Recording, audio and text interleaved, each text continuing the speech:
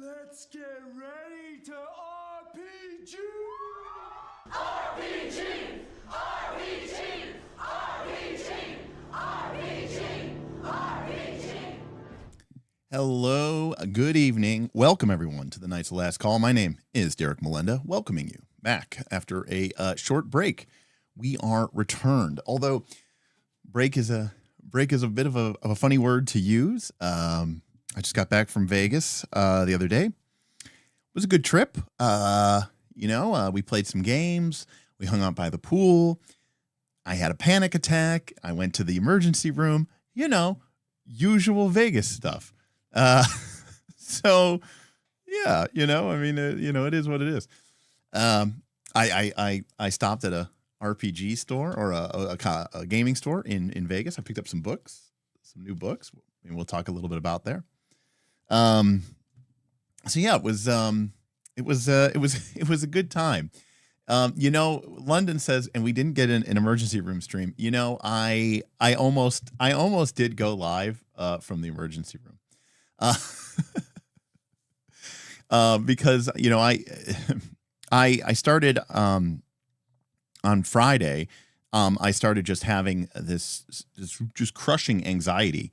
And it just did not go away. And so Saturday, we flew home Saturday night late.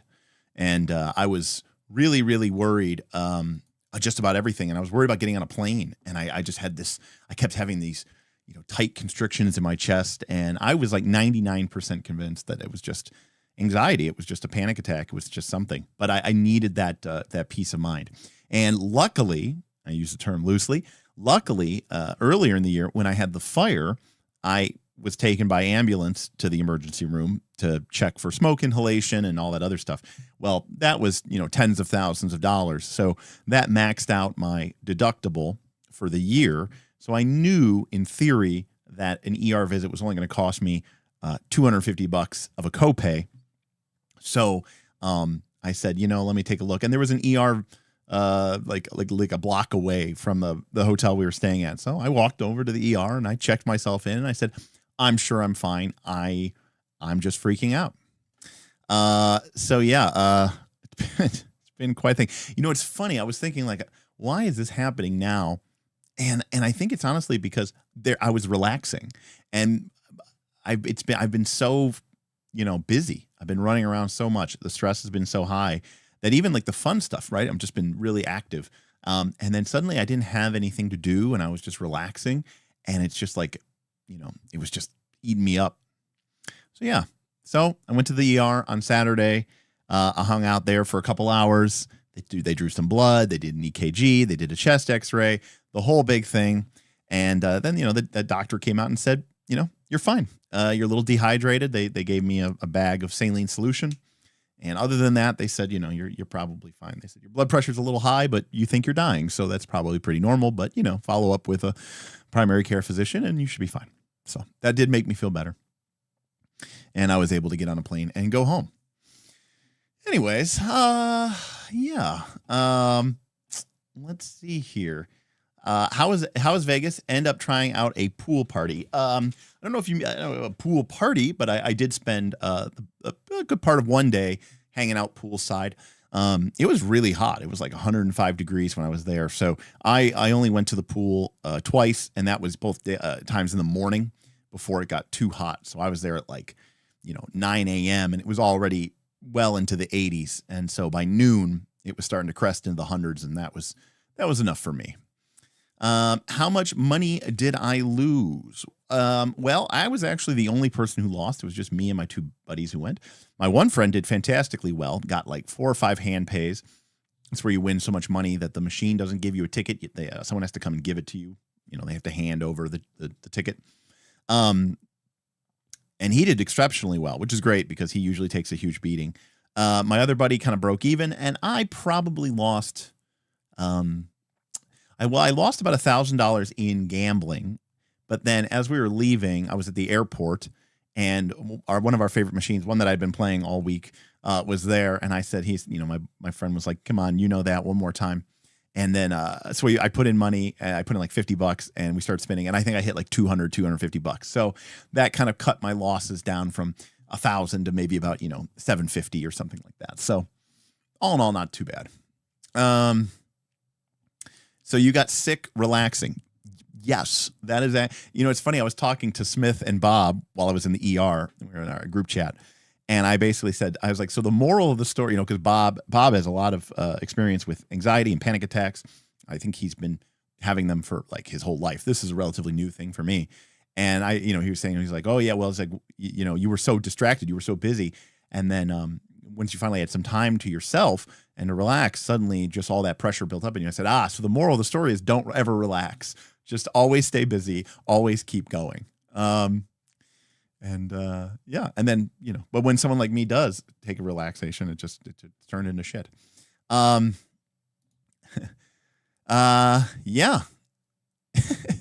Right. Exactly. Yeah, Sarek. I mean, I've had a few of these experiences over my life, but they've been very, very minimal. But I think it's just one of those things that it just gets inside of my brain, and it kept building in and on itself. And I'll be honest with you. I'll be completely honest with you. This did not help, okay? Because this thing monitors my heart rate, and it has this thing called stress.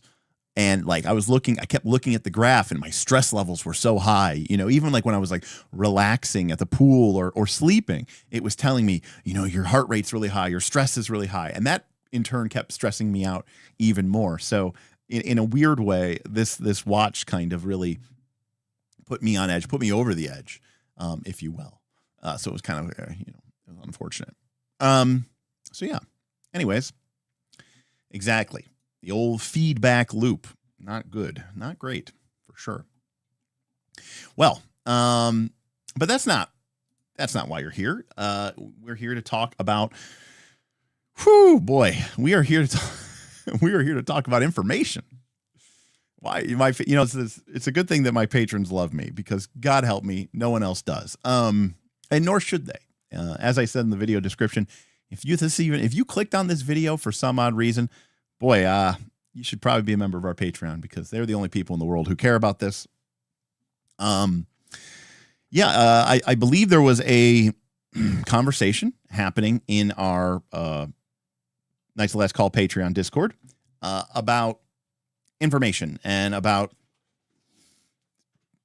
how do you, fundamentally, kind of this juxtaposition of ideas, right? And the difference of the ideas is, when we were talking about skill checks, and we were talking about, how much information should a player have about what's going on in that skill check. And so I think, there's a gradient, of things that occur there. And as you kind of move more and more to the right, you're giving the players more and more information. So let's take something very simple. Let's say that there is a check to, pick a lock on a door in a dungeon.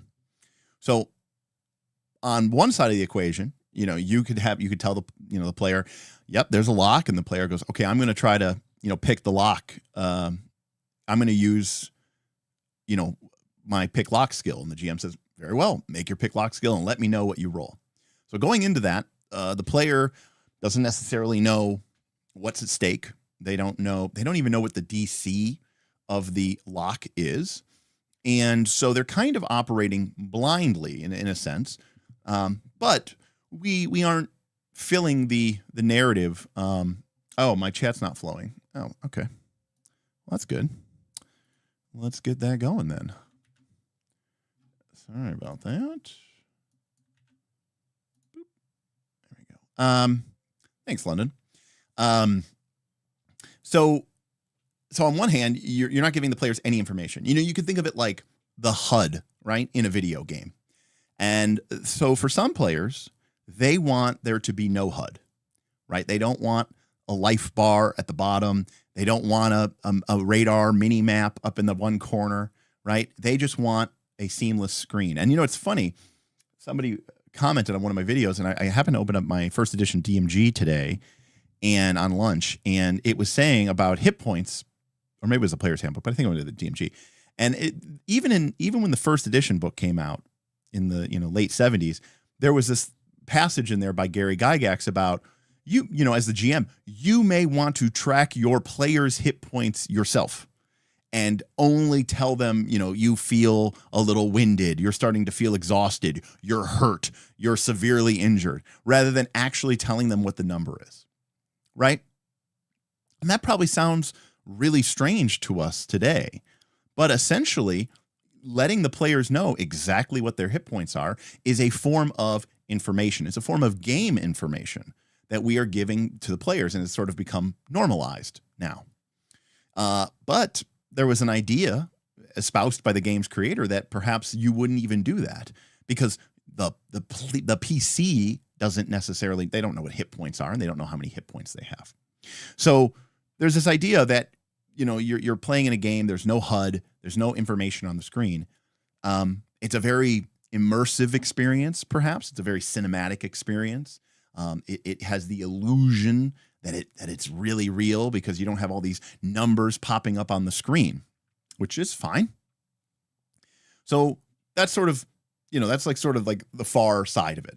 And as you move across, we start doing things. We start saying, okay, you're picking the lock, and the player goes, yeah. And the GM says, okay, well, the DC is 22 or the DC is 18. And so now the player sort of says, okay, I know what I need to roll. Am I likely to succeed? Am I not likely to succeed?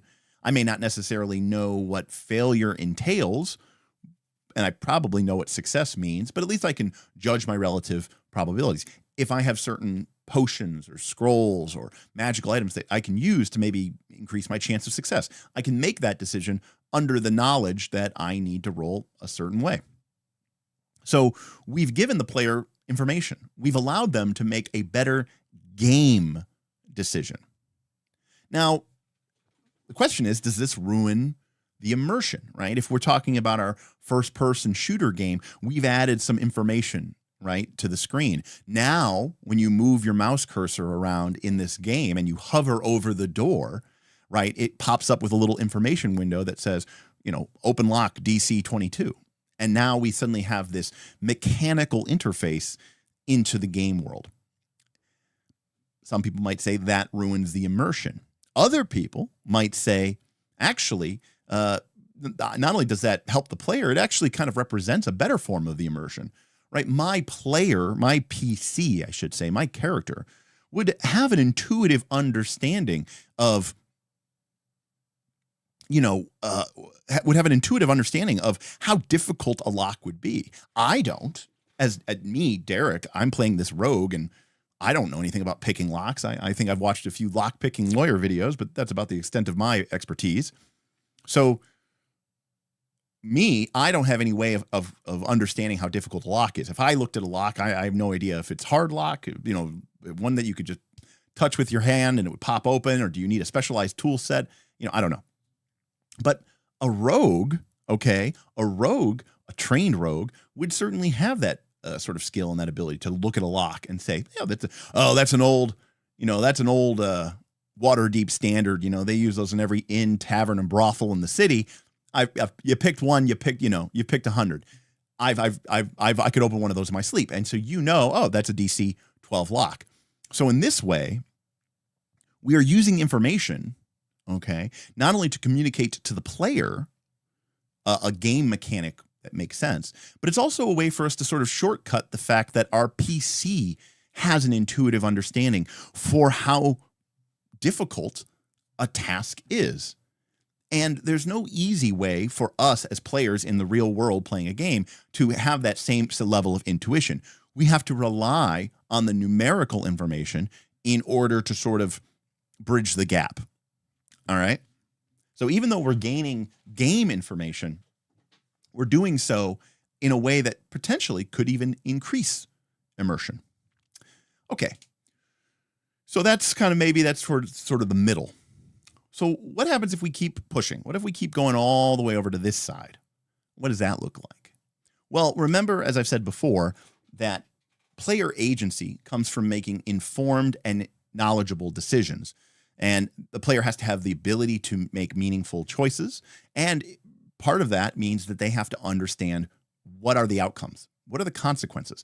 A player who doesn't fully understand or appreciate the risks doesn't necessarily have the ability to make a true decision. Now, that being said, there are some people who like the uncertainty and the risk of the unknown. However, this is where the game gets into sort of this interesting dilemma, this sort of middle point, which is how much of a game do you want your role-playing game to be? Certainly our games have mechanics. Certainly our games are things there to be played. And I believe that when you take an action in a game, understanding what is at stake, what do you have to gain, what do you have to lose, are both really, really valuable in making that decision, because now you get to evaluate the upside risk and the downside risk. So part of the reason that, I do that is because so what does that look like in our lock picking example? The rogue goes to pick the lock, and I say, okay, the DC is 18. All right. If you pick the lock, or if you get a success, okay, you will open the lock, and you're going to open the lock quickly enough that you will be able to get inside. But if you fail, you're actually going to be able to pick the lock, but it's going to take you longer. And while you're waiting, picking the lock, we're going to roll a random encounter. Now, you might say, isn't that how D&D worked? Yeah, kind of, sort of, right? Like back in the day, there was an implied understanding of what the downside risk was of a lot of decisions. Everyone understood that if you were doing something in a game, like in a dungeon, that if you missed a roll, it was going to eat up valuable time. Valuable time meant torches were going down. It meant that wandering monsters might appear, and everyone understood the risks of that as well. And so there was essentially an implied understanding of this risk. And, you may not 100% understand it, value it, because, again, you don't really, fully there may not be a random encounter. You don't know what it's going to be. But you understood that this was the decision before you, right? We can try to get through this lock, and if we succeed, great. Maybe we get into a cool treasure vault that, I'm getting ahead of myself a little bit here, but, in an ideal world, the players will have already received information, ideally from the game itself, from the fiction itself, that they know that this door leads to something that they are excited to explore, right? That they are engaging with this risk because they want to gain some sort of advantage. They know that passage leads to a secret treasure vault, or a treasure vault that they really would love to get to the back side of it. And this is kind of a back door in, but it's locked. But they also understood that if they don't roll well, that not only do they not make any progress, but potentially something bad will happen to them. Not to mention spells, duration wearing down, and food and torches and water, and of course the risk of a random monster. So that was all sort of baked into the game. But fast forward to modern day story games, fast forward to modern day D20 and D&D games, where a lot of those downside risks are no longer downside risks. We don't do those things anymore. We don't have torches. We don't really, if we do, it's almost like a hand wave thing. Food, water, these things don't matter, right? Spell durations. A lot of these modern games, they either last forever or they only last 1 minute for the purposes of a combat. Random encounters are mostly a thing of the past, right? So that means that suddenly there is no downside risk, right? And so the question becomes, all right, so then when I'm making this roll, how do I know what the potential risk is? And I think this is also where, a lot of DMs and a lot of players get really wigged out because they have played with, I should say players, because they have played with DMs who will use the failure of a roll that might otherwise seem fairly benign to spring something on the players. Actually, there's two outcomes, neither of which is good. The one is the rogue says, I'm going to pick this lock. And everybody fundamentally understands at a basic level that if they succeed, that they're going to pick the lock and they'll be able to pass through this locked door. But the one scenario, which is horrible, is the player rolls and we're rolling dice. So there's something at stake here, right? The player fails and nothing happens. Sure, theoretically, some amount of arbitrary time passed, but time passing doesn't really mean much in most games. Not to mention that the duration of most of these actions now is, a handful of seconds at most. A lot of lock-picking checks nowadays are, measured in rounds, which are 6 seconds long. So even if you do say time passes, it's almost a trivial amount of time passing. Well, can I just try again? I guess so. And then when now we're just rolling dice for no reason. There's no downside. So that's not good. But on the other side, the player goes in. They don't really have any expectation of what's going to happen when they fail. They fail the roll, and then the GM cackles madly and says some horrible, terrible thing happens, right? The trap springs and it's does damage to you, or it hurts you, or it kills you, or you become cursed, or your lock picks break, or a monster arrives while you're doing this. And when you don't have any expectation, when you have no information that is what is sort of on the potential risk of it, that can feel horrible as a player. It can feel like a gotcha because you have no expectation that there's going to be a risk to this action, and suddenly, boom, you feel like. And I've heard this complaint about PBTA games, and we can talk about that too, but you suddenly feel like you are being punished or penalized for trying to take an action in the game. And it's really weird, but one of the reasons why I, as a GM, tend to give more information or too much information, I want my players to know what they have to gain, what they stand to gain, and what they are risking. What do they have to, what is the loss? What is the consequences? What are the potential consequences? I want them to have both eyes open as they go into this check. And the reason I do that is quite simple. It believe it or not, it absolves you, the game master, from really ever having any sort of bad feelings, from your players that something bad happened, because you were very transparent. I'm overly transparent. I mean, I probably give too much information. And the reason I do that is because it's just an easier way for me to shortcut the fact that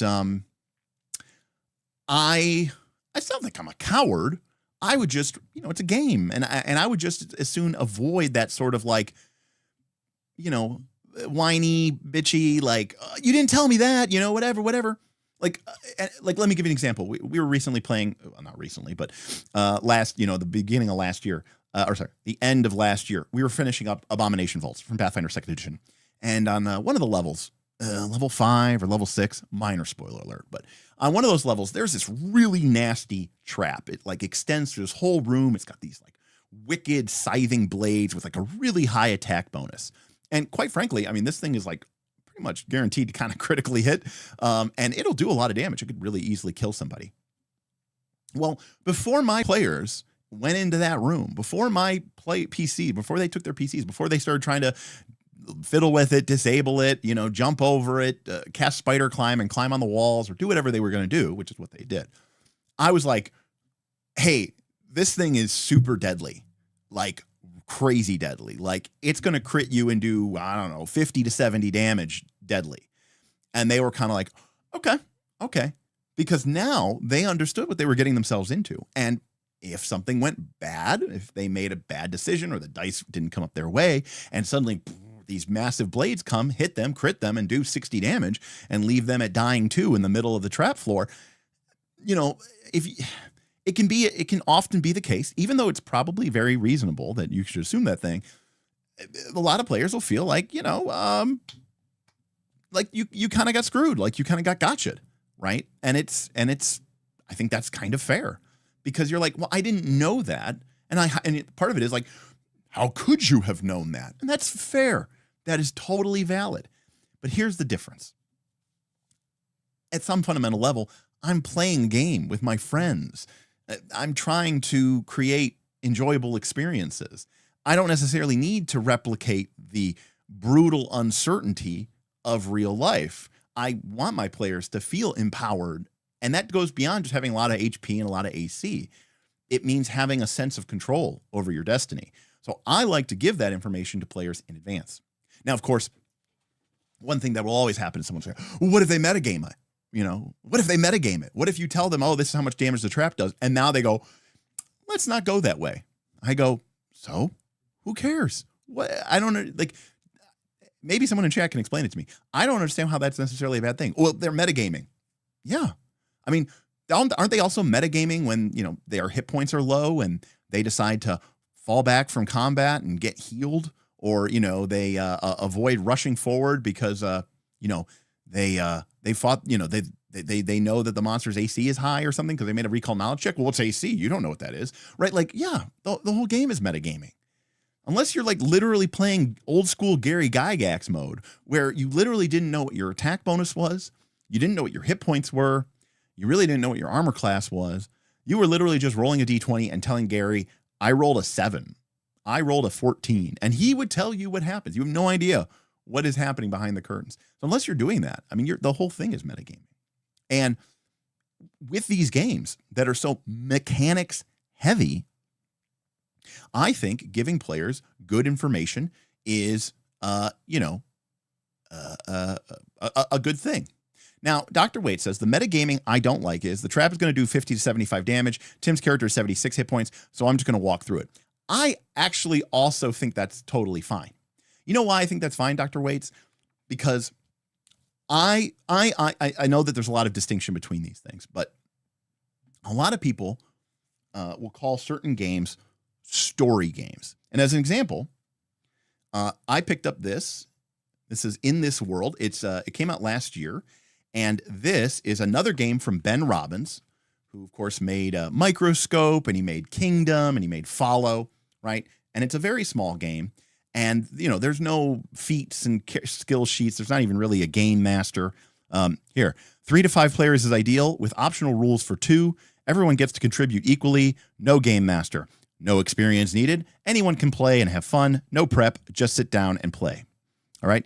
In This World is a fast game of big creativity designed from the ground up so anyone can jump in and play, even someone who hasn't tried any kind of story game before. So to me, this is a story game. And by that, I mean, it is a story game. I don't think of role-playing games as story games. I think of role-playing games as games that we play that happen to make a story. Okay? So I am of the opinion that there's a distinctive difference between those. And one of the differences between them is that we are playing, in my opinion, a game first and foremost. And I think that affects my take on the whole hobby. But I personally believe, especially if you're playing a game that has something as nitpickily as 76 hit points, you know, if that's part of your game anyways, yeah, why wouldn't a character do that? You know, they go, I can take it. And guess what? They're right. They can. And that's kind of cool. And that's kind of awesome. Now, that ignores the fact that there may be a bigger problem with the game system, which is that, you know, you go, okay, well, the trap does 75 damage. You're reduced to 1 hit point. And then the player goes, okay, I spend 5 minutes and make some checks and I'm at full hit points. And everyone goes, okay, cool. And then you go on. I agree. And that alone is lame. But that has nothing to really do with information game. That has to do with whether or not, losing hit points in a game where hit points are infinitely recoverable is actually really, any sort of interesting choice. So I tend to agree with Jackal here. I think that's just gaming. And so I'm okay with players being informed and being able to sort of make informed decisions. So let's talk a little bit. Let's talk pros and cons. Let's go over to the Excalibur. So let's talk about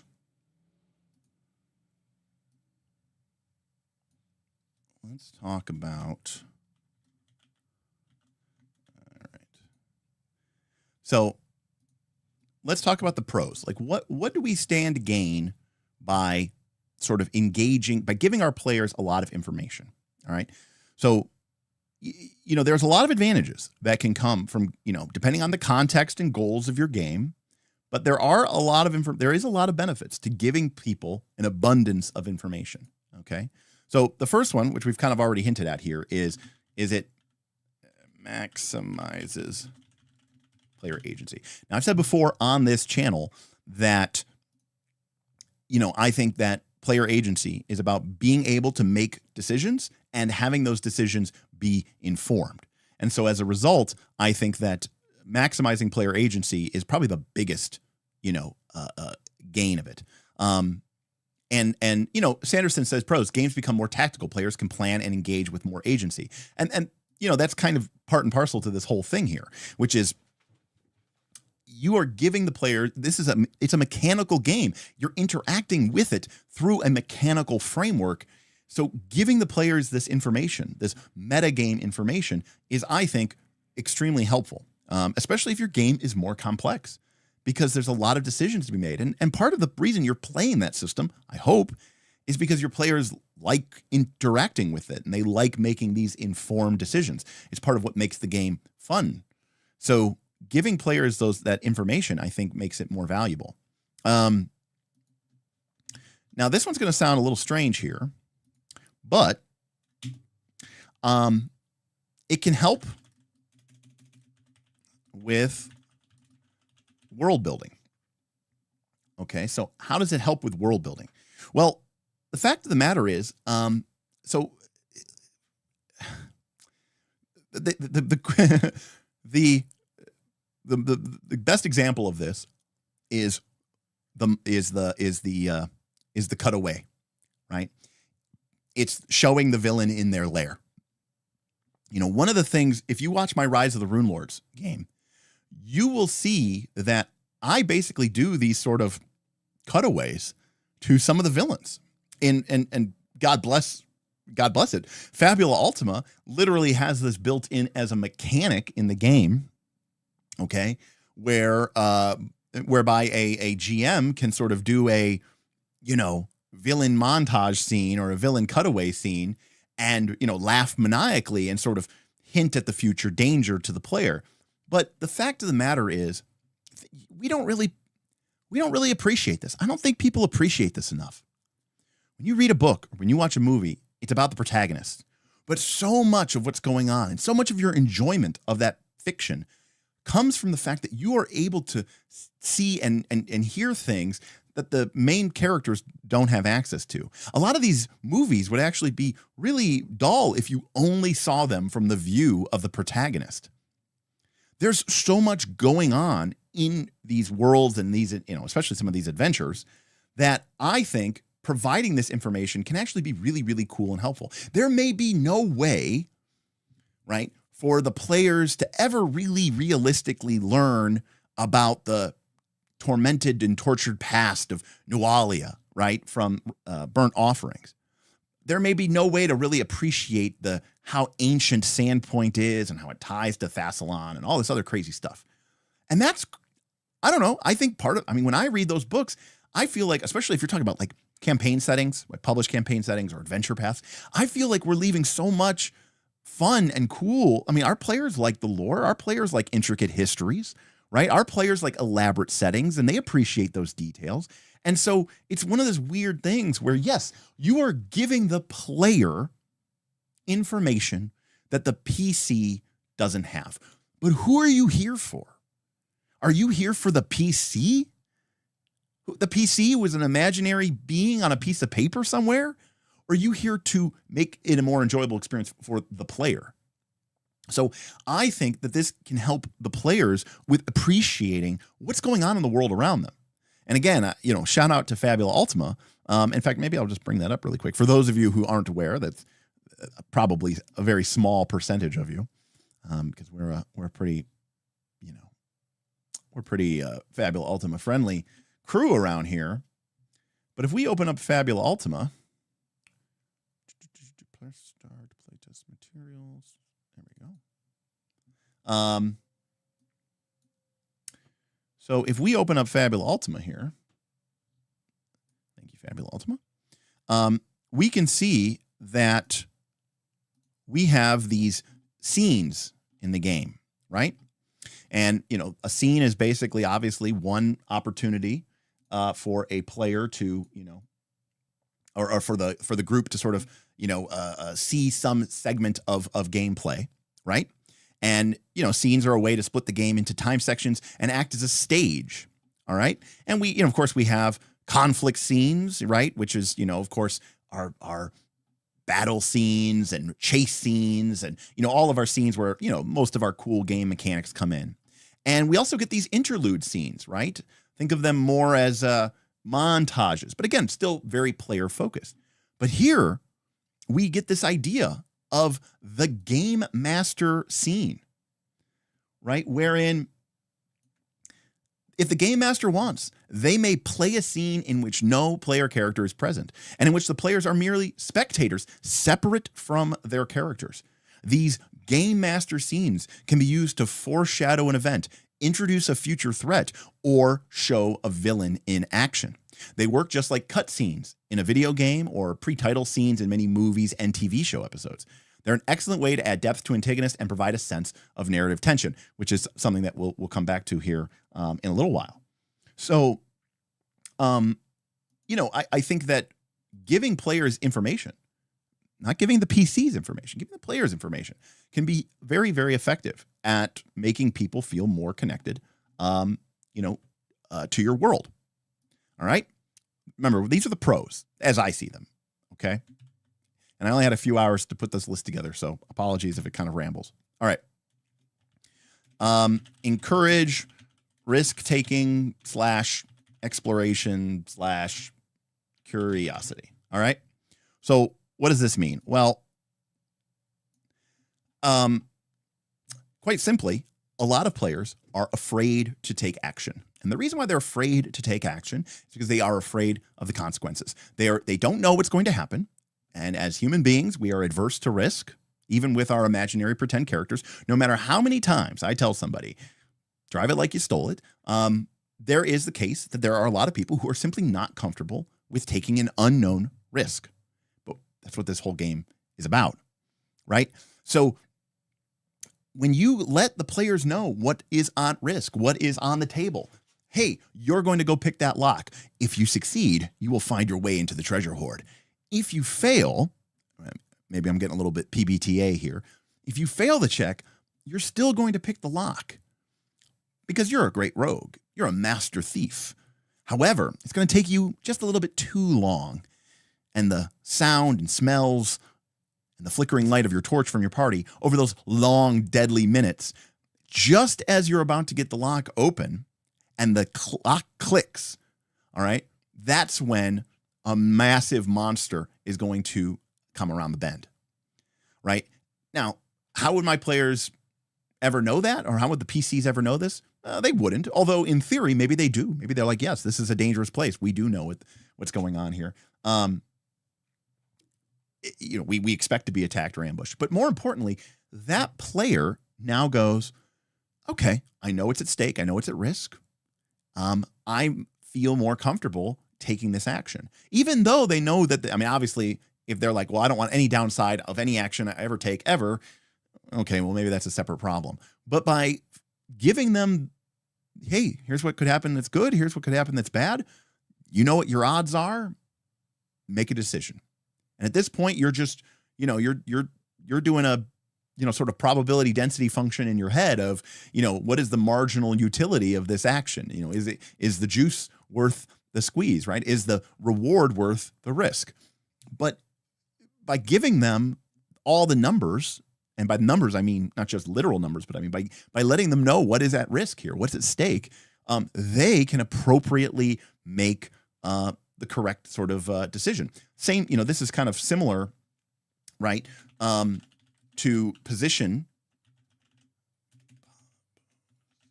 and effect from Blades in the Dark, okay, or from Forged in the Dark, where, you explain to the player, okay, this is a desperate position.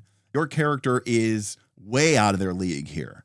And the player might go, well, what? This guy's just some drunk nobody. And you go, no, your character may not know it, but this drunk nobody is actually a legendary Eruvian duelist. Okay. And sure, he might be 3 sheets to the wind, but he's still one of the deadliest people with a blade in, in the crow's foot. So, okay, now the player gets to go, okay, all right, a little bit of respect. I mean, in this case, we're sort of world building, right? We're maximizing player agency, but we're also encouraging to go, okay, you have the decisions that you need to make, okay, similar to position and effect. Now, Mateo says he thinks these are good points, that there's a risk of decision paralysis. And Mateo, we're going to do a cons list as well, and you are ahead of the game because that will show up on the cons. So I think it can encourage exploration. I think it can encourage this risk taking by giving players more information. It could be, and again, it's a spectrum. It could be letting them know the DCs. I mean, when I play, ask Bob, right? Bob usually is my go-to guy because he likes it and he's into the tension and the hype. When my group encounters like a big boss monster, I always tell Bob. Bob will look at me and I'll go, Bob, we're playing Pathfinder 2 or something, and I'll go, Bob, 146. And he's like, 146. And he writes it down. That's the monster's hit points. I don't even track my monster's HP. The other players, they tell Bob how much damage they just did because Bob, my player, is tracking the monster's hit points for me. I want him to know the monster's hit points. I want them to feel that pressure of the monster's hit points ticking away. I think that is a more empowering situation than sitting there going, I wonder how many hit points this thing has left. Do you think my GM is cheating? Do you think he's going to fudge? Do you think he's just waiting till we all get in a cool moment before then just miraculously deciding that the monster is dead, as some what I'll call horrible advice that I found all over the internet and YouTube basically suggests? By the way, if anybody ever tells you that, I think personally they are completely wrong and don't understand anything about this genre. They're playing the wrong game. They should just go write a book and stop fucking wasting everybody's time. But the point is, I want Bob to see that the monster only has 15 hit points left. And he knows that even though his character is very weak, that if he could rush in and hit that monster with a power attack, he could end the fight right now. He has that ability to make that decision and to feel like, okay, this is something my character and me as a player, I'm willing to risk my character because I understand the odds involved. I'm making an informed decision. I'm going to take this risk. All right. Let me go into Zen mode. All right. Learn a little bit about this. All right. Next. It can help out. Yeah. We kind of talked about this a little bit, but I thought it bared sort of a separate, things. There's a lot of game, this isn't your standard dungeon crawling game, probably doesn't need this. Okay. But, and I'm not trying to say that every single thing needs to be explained for, there's something to be said about, mystery. And we'll definitely say that is in the con section, right? If you give out too much information, it kind of defeats the purpose of a mystery-based campaign. But in complex political intrigue games or maybe mystery-based campaigns, right? The players sort of need a lot of information to be able to make informed decisions, to navigate the plot, to even understand what the hell is going on. All right. And if they don't have this information, it's going to be very difficult for them to understand the relationships between these complex characters. It's going to be, solving a puzzle and uncovering hidden motives. Now, we watch this stuff all the time in a book, in a movie, and the protagonist solves it miraculously, but that's just because it's an author writing it. Information exchange, okay, between, and I've said this before, okay, information efficiency. All right, let me solve it. Information exchange efficiency is piss poor in TTRPGs, okay? It is really, really, really bad, right? I mean, your players are essentially in a black box, and they are looking through the tiniest little window, which is the words that have come out of your mouth. And there is no way possible that you will ever be able to account for all of the hundreds of subtle nuances of detail, of the inherent knowledge of those PCs, of the sort of obvious stuff that might pop up because, of course, it would be. We are giving them a paragraph of information, all right, and expecting them to extrapolate from that an entire world. And we as GMs oftentimes, I haven't for a long time, but I used to get myself in trouble for this because I didn't understand it, because I benefited. I've read the adventure. I wrote the adventure. I know what the fronts are, okay? Even back when I just used to run adventures, out of the book, just pretty much straightforward or whatever, I understood everything that was interconnected. And so I could really enjoy all these cool revelations. But I would always be very confused because my players would kind of be like, oh, okay. And they wouldn't get it. They didn't understand it. I thought that was such a cool moment, but they totally missed it. And why wouldn't they? There's so much information. And I'm reading it going, oh, look at this cool mystery. All they're thinking of is, I hope I don't die. How can I avoid dying? And am I going to level up? What's the sick treasure? So on top of the game, and quite frankly, in a lot of games where you can say, I don't know, die and lose your character, I think people are rightfully so very worried about the state of health of their character. In fact, the game mechanics, particularly the game mechanics around whether I'm alive or dead, tend to take top priority. They take top billing over, oh, didn't you realize that those two characters went, even though they seem to be political rivals, but they grew up together and they went to the same school and, they used to be best buddies. Did you miss that detail? Yeah, I did miss that detail, or it was never really apparent to me. And so the fact that these characters are seemingly rivals and they seem to be coming to an agreement, and then somebody goes, wait a second, I think there's something going on. I think they're playing both sides. These two people actually really, really do know each other really well. And so what ends up happening in a lot of those situations is the information exchange is really poor, or players just don't get that information. And so what ends up happening is the GM has to spoon feed it.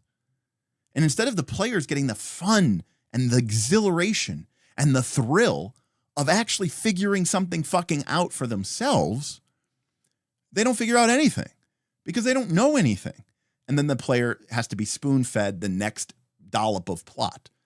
And instead of making a genuine realization, instead of making a genuine leap of logic, the player relies on, the GM basically just kind of giving it to you, right? So, again, we had a super chat from our friend Karuma, one of the mighty masters of our recently launched Southern Beaches campaign. So Karuma says, well, we just wrapped up my first game in Southern Beaches.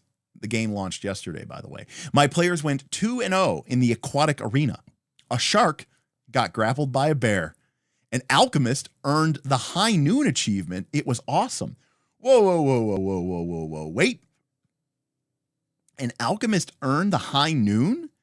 Isn't that the one where you have to kill 3 monsters in a single round with attacks or something? I want to make sure I'm getting that right. Sorry, we're discussing here. 3 swarms, 3 bombs.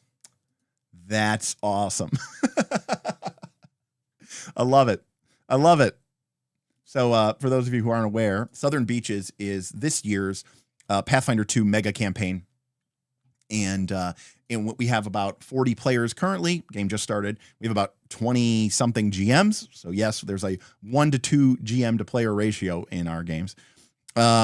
And it's a collaborative world. Everyone plays together, but you level up automatically every week. So even if you play sporadically, you'll always be the right level to get to play. And if you want to play a, level 10 or 11 or 12 Pathfinder 2 character, this is a great way to do it. You can do it joining my Patreon at the champion tier, $10 level. But this year, in order to make it a little bit more fun, the characters are on vacation after all. They're at a beach resort. We have these fun achievements they can achieve by tracking them. They don't do anything for you mechanically. It's more of a brag thing. One of them is high noon. Oh, sorry, it's high noon. Kill 3 or more enemies with attacks in a single turn. And, well, an alchemist did it with 3 swarms and 3 bombs. That's fantastic. That's awesome. Fantastic. Pathfinder PhD was there and just got done punching sharks. Love to see it. So, anyways, getting back to this. So plot lines are very complicated. Information exchange is really, really bad. And so sometimes giving people extra information can help them with actually figuring stuff out on their own. All right? You have to be careful, though, because then you could ruin it for them by giving them too much, and now they just don't solve anything. Another pro, which I personally like, is I think it can eliminate... I'm trying to think of the best way to put this.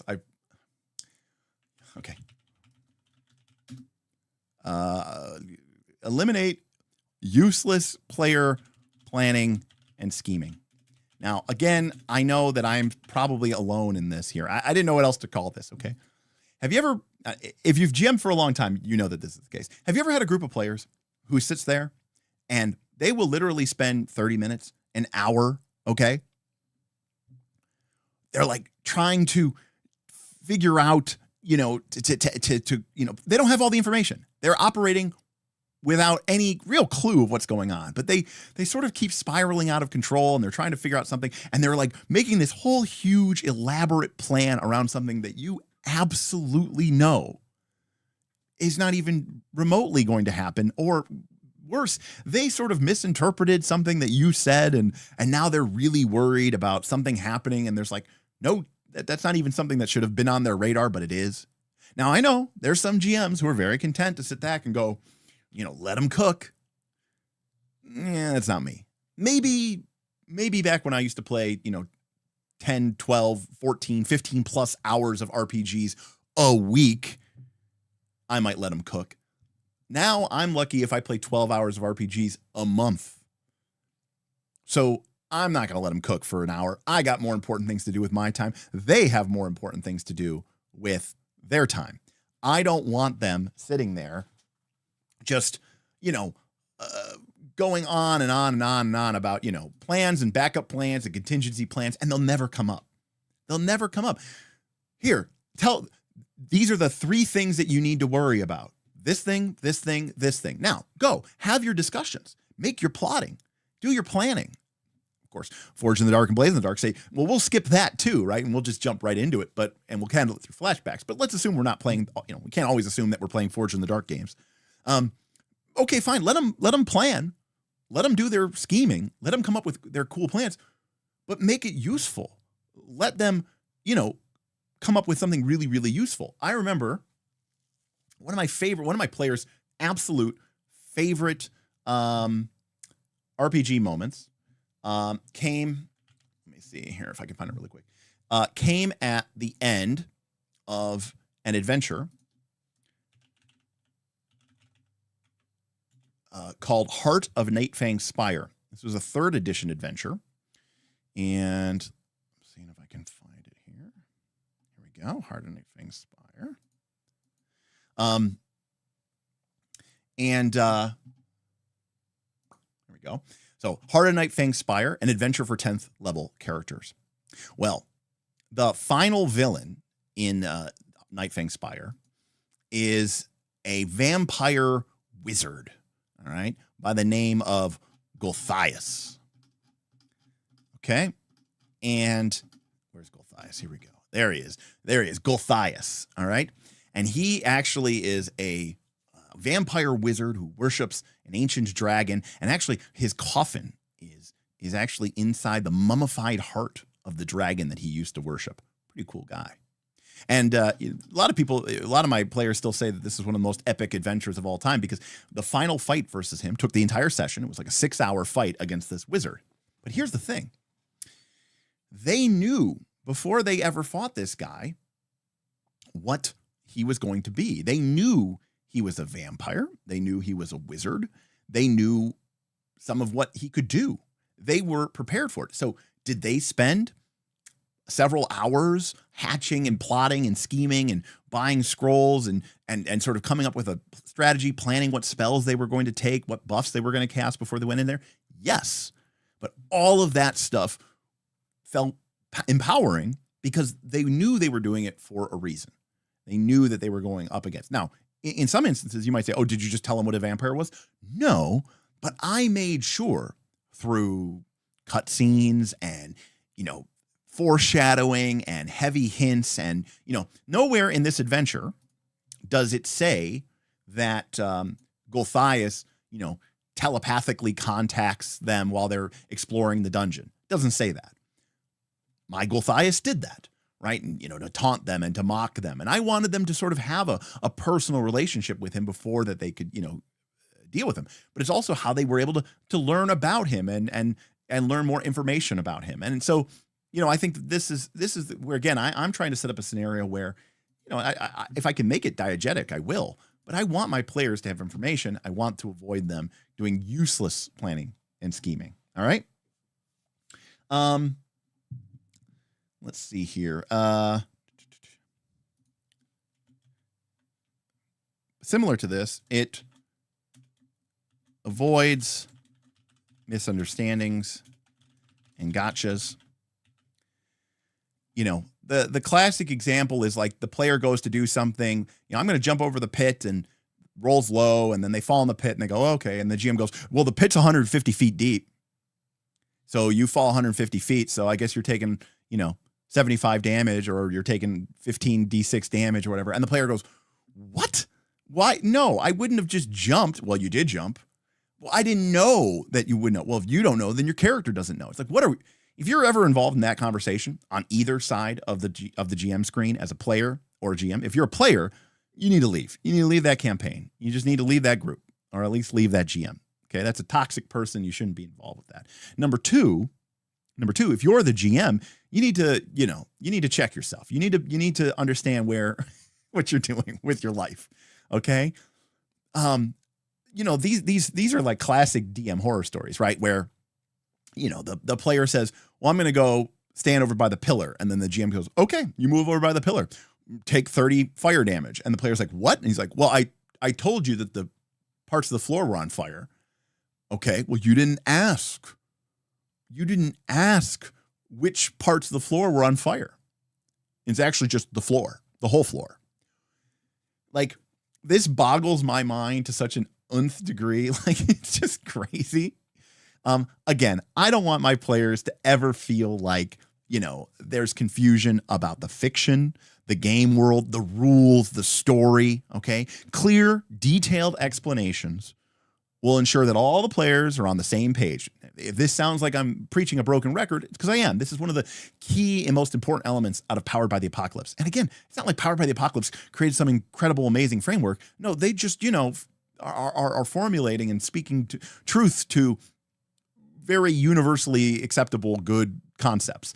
And one of them is simply, let's make sure that we'll all understand, that we're all on the same page. All right. Now, this last one is going to seem crazy, but it encourages metagaming. Now, I know that may seem crazy, but I want to highlight something here. We are playing RPGs, not storytelling games. All right. And as the great Ray Winiger taught us in the third rule of Dungeon Craft, okay? A good adventure challenges the PC and the player. I want my players to metagame. I want to challenge the PC, but I also want to challenge the player.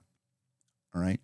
And part of the way that we challenge the player in a role-playing game is by allowing them to engage with the game itself.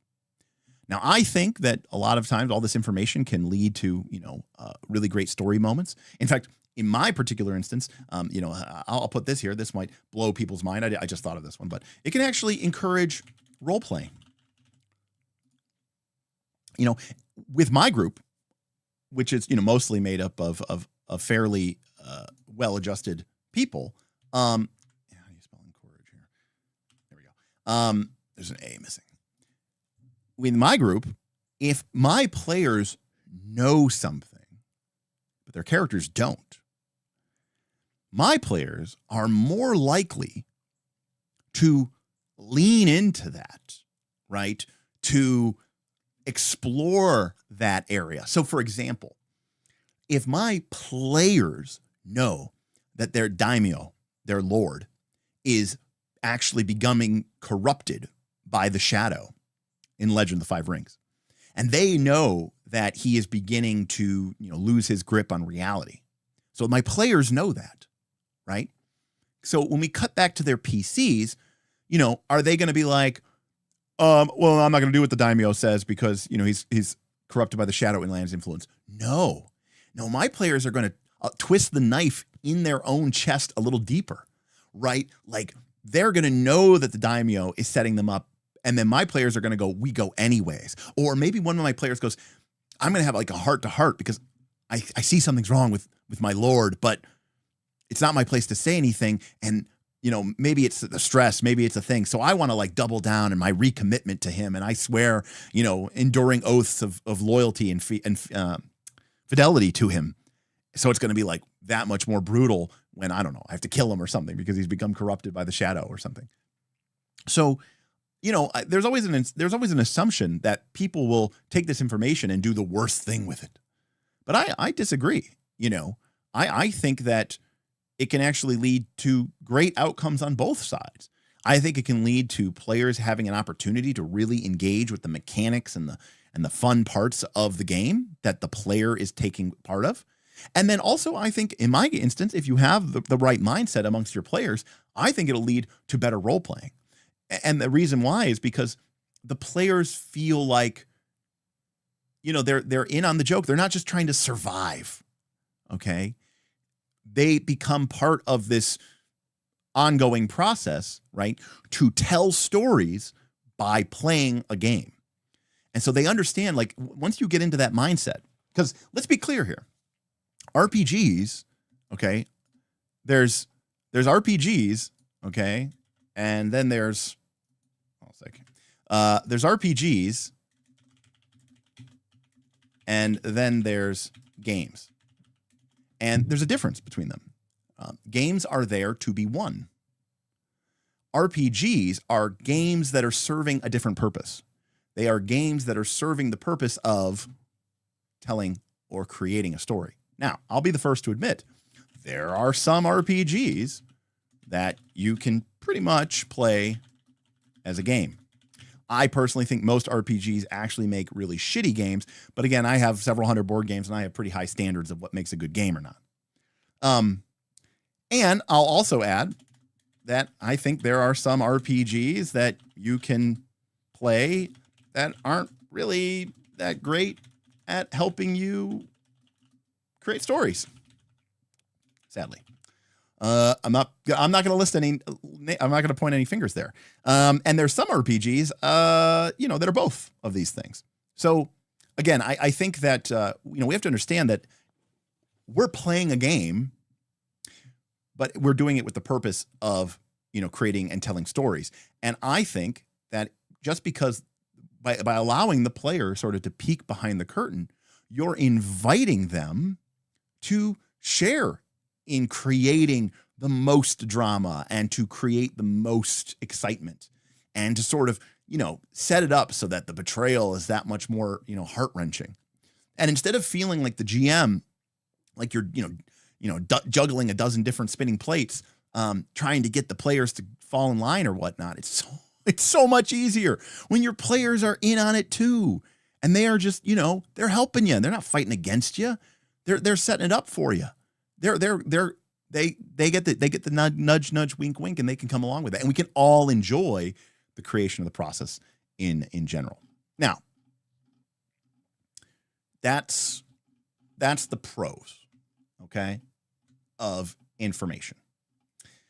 But I would be lying if I didn't say that there were cons. There were not cons, and there are cons. So there are cons. No, I'm just kidding. Let's talk about the cons. All right. Step one, the con. All right. First things first. Info overload. This is more of a basic processing thing. Remember I said before that, you're the window into the player's, you are the window into the player's ability to understand your world. Great. So giving them more information is like taking that window, right? Because again, your world is this beautiful, awesome, complex place that maybe you understand intuitively, or you have a really great campaign setting that you bought or you created, or you're playing a really awesome adventure and you have all these cool plot threads that you've learned and sort of internalized. Your players would love to get to see that stuff, but they have a very tiny little window to look through it, your description. So I'm implying that information means making that aperture bigger, giving them a better look. But we can go too far. When we talk all the time about mechanics overloading the player's CPU, well, you can also overload them with information, right? Especially all at once. It can be very overwhelming, and people will tend to forget things. Okay, so they forget because it's too much.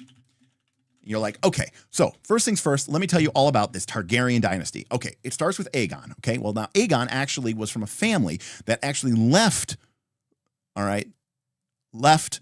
Valyria before the Doom, because actually their mother had a vision that the place was going to be destroyed. So they left. They went far to the west to their colony of Dragonstone, and that's where thing. Now, Aegon grew up with his sisters, right? And you're like, okay, I just want to know who I just want to know who Dany is, right? Like, there's a lot of information. It can just be way too much, and you're just giving. It's too much of an info dump. Okay, it's too much of a lore dump. You know what it looks like in an adventure when there's just this like massive brick of text, and you're like, there's just no way. There's no way that they're ever going to remember this. All right. But not only can they forget because it's just too much, but it can also lead to analysis paralysis. All right. So if you give the players too much information, then suddenly they start thinking it's all important, and they're going to try to struggle to process everything. They're going to try to take into account every variable. All right. The game can slow down as the players try to optimize a path through this, minefield that is your game. And of course, this can be very immersion breaking, right? Because you're pulling them out from being heroic adventurers to trying to crunch the math to see if they have enough DPR that they'll be able to kill this monster before it kills them. That is a risk. I don't know what kind of group you have, but that is definitely a risk, right? Information overload. Now, second, I think it would be the thing that most people would also really focus on here is it can reduce the sense of discovery, right? Or immersion. For a lot of people, a big part of the fun of a TTRPG is the sense of discovery. Right? It's that idea of uncovering secrets, of, solving mysteries, piercing and putting it together, all those things. And, there we go. Sorry. And, if you give them too much information, it can remove this element of, surprise and discovery, and it can make your game feel less dynamic. Now, this is a major problem for intrigue, mystery, solve the dilemma type games. Okay. Part of, a mystery game, unless you're playing Brindlewood Bay, is this idea that you are, the fun of the game is figuring out all the information yourself and going and getting all the information. I think this is where again, and I'll be the first to admit I'm not a mystery fan. I'm not a horror fan. So this isn't really my wheelhouse, but I will say that I think that the key for me is to be very generous with the clues. And then maybe you hold off on the conclusion. You let them put that together, but you don't make them get lucky or bend over backwards or really struggle to get the clues. You make sure that the clues are information that they get. You make sure that they have what they need to be able to solve the mystery. And sure, by the time that they've gotten these clues, it might be like, 2 + 2 = 4. But when they do put it together, even if it is very simple, I still believe that it will be fundamentally much more satisfying than if you just tell them. So while I am all for handing out information, I appreciate that in certain types of games and in certain types of situations, this is not something that is, the be all end all solution, right? That risk of the unknown, that desire for the players to figure it out is part of the reason that they're playing the game. Essentially, although, you might think it's like a role-playing thing, it's really not. What it actually is that they have introduced a new game element to the game, right? Most D&D games, if you really think about it, are really just the mechanics of it. It's really a variation of a tactical miniatures combat game. Well, what they've done is they basically really want to play a, like a murder mystery game, right? Like the kind where you go to, your murder mystery in a box and somebody plays it and one person's a killer and everybody has information and you talk to people throughout the night. Have you ever? Tim threw one once a long time ago, but that's a type of game, and that's a game that these people want to play. So if you are saying, oh, well, that's the murderer, then they don't get to play that game. It's the same reason why if people show up and they're really excited to do tactical miniature combat and move around on a 5-foot grid, and then you go, yeah, we're just going to kind of hand wave it, theater of the mind. I'll have you guys make like 1 or 2 checks, and then we'll just kind of just narrate what happened in the combat. And you're like, oh, well, I like playing that game within a game. And you're kind of taking that away from me. So for those people who really like the mystery, horror, intrigue stuff, it can reduce that sense of discovery and immersion. And remember, these are the cons of giving out excess information. Now,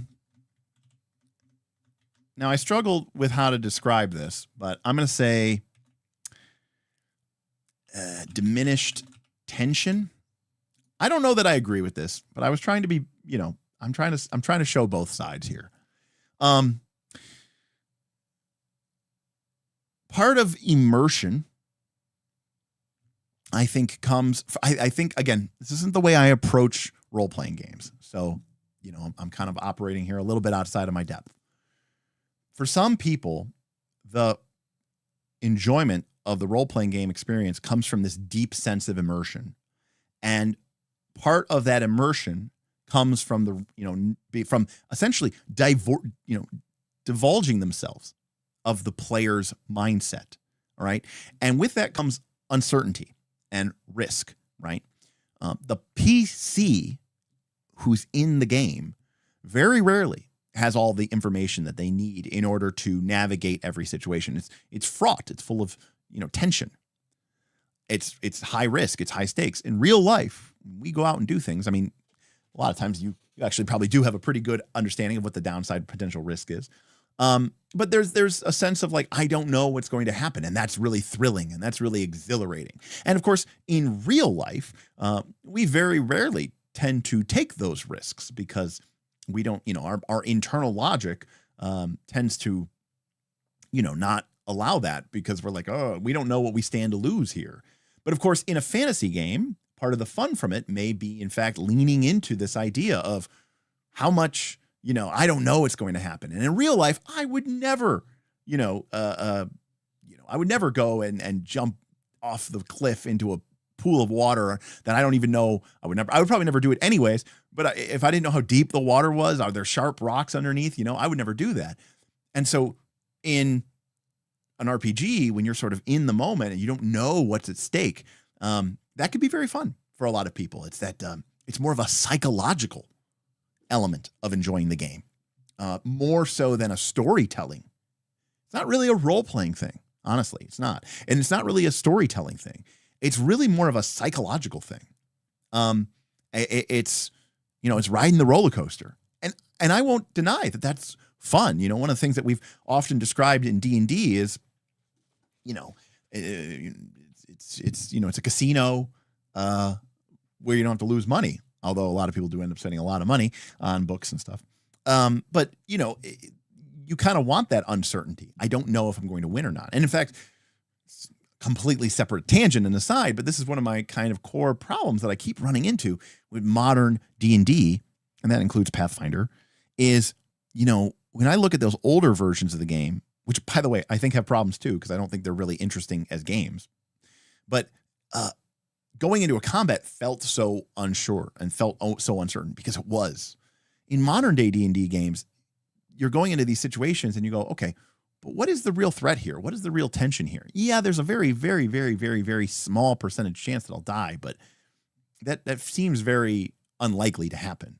And a lot of these games, rather than trying to make themselves interesting, they really bend over backwards to make you think that you're in danger, even though you're not. And that seems to be where most of the design elements and a lot of the design focus has been, is how do we make this game appear, tension-filled and dangerous and uncertain, while eliminating uncertainty and eliminating danger, but sort of behind the scenes where the people won't really notice what is going on.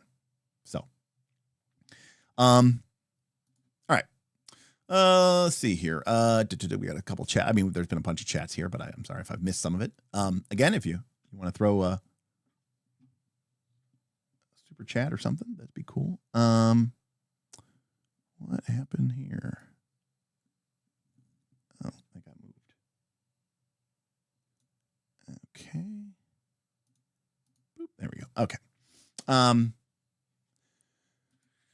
Sanderson says, I think a good example, death saving throws / recovery checks. Not knowing if your friends are closer to stabilize or dying make the stakes go way up. Absolutely. And so this is a death saving throws is a great example of this, where on one hand, if it's unknown and you don't know how close someone is to dying or not, right? The tension is very real and you're like, oh man, this is such a psychological thrill. It's kind of like being on a roller coaster. I feel like I'm really there. But from a game perspective, you have sort of removed some of the tactics to the game. You've removed some of the strategy making that goes into playing these games. Mebaman wants to know, is tip the ER trip? It is, Mebaman. It is the ER trip. Tip for ER, super chat for audio interface. By the way, if you've been on some of our streams lately, the last couple months, you notice that there have been a couple times where my mic has cut out. My mic is fine, but my audio interface is kind of getting long into tooth, and we've been slowly sort of, figuring it out here. Lollipop candy. Lollipop candy tip $10. TTRPG tuition fees. Catch you on the VOD. Lollipop, thank you for the tuition. We'll catch you on the VOD. Hopefully you find this one interesting. I'd love to hear your thoughts on it in the Patreon. But thank you so much for the tip. And thank you for helping defray a small part of my ER cost. As I freaked out because I was trying to get Southern Beaches launched while on vacation. That's not entirely true, but yeah. So Anand says there's a difference between a game about solving a mystery and one about creating a narrative about solving a mystery, which is Gumshoe versus Brindlewood. Yeah, and I think that even among purists, right, Gumshoe is maligned because, right, Gumshoe basically kind of guarantees that the players are going to get the clues that they need, more or less, as opposed to being like, no, we're going to let them, we're going to let them cook. And obviously Brindlewood, as you say, is ultimately not a simulation of a mystery. It's an emulation of a show about a mystery, which is something completely different. Let's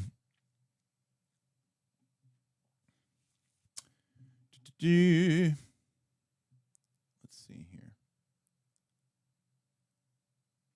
Now, Trajan says, in a sandbox campaign, the players should realize that there's lots of info. They just have to show interest, and the GM should base the depth of that info dump on that interest. And, I think that that is true to a certain extent. But, part of this whole thing about information exchange is I think back to, the examples of play from like the early versions of D&D. They had a very different style of information exchange, okay? And again, some of this comes down to preferential taste, Meba Man, thank you. Meberman tipped $10. Anxiety attacks suck. I'll be honest with you. It was scary. It really had never happened to me before. And, it's just been something that's been happening to me the last couple of years. And, I feel like I've been kind of burning it at both ends. And, we've been really stressed out this summer because of the fire and the surgeries and all the running around for game cons. Fun, but still stressful. But man, it's one of those weird things where it's like, it's crazy how powerful the brain is and how powerful the mind is, right? Because I knew in my heart of hearts that I was fine, but like I could not make myself believe that. Like my brain was literally telling myself, like, you're dying, your heart is failing. You're gonna die in this hotel room in Vegas. It was crazy. It was very scary. So if you look at the older style of information game, and this is where I call it GM pixel bitching, because I actually don't like this style of play, but I get where some people do. This is somebody criticized me. They said, "Oh, you're overgeneralizing OSR," and sometimes I do overgeneralize OSR, but generally, this idea of OSR kind of harkens back to this idea, right, of the sort of Gygaxian model of information exchange. What does that mean? Well, you don't have perception checks, right? You don't have that kind of stuff. I make an Arcana check to see if there's magic in the room, right? Those things don't exist in original D&D. And in my experience, the way that original D&D was presented, and a way that a lot of times, in my experience, that people ran it, was the GM would give you a very purposefully kind of vague description of the room. So there's no perception check. So the room, let's say you're entering a room, and the room is full, the ceiling is full of spider webs, okay? And in one corner of the room, there's a big pile of bones. And lurking in the thick webs in that corner of the room, and in the sort of web or nest of spider webs, is a giant black widow. There's no perception checks. So what would that look like in original D&D? The GM might say, you enter into a large chamber after you come down off of the cool stone steps, 30 feet wide or so, 50 feet deep in front of you.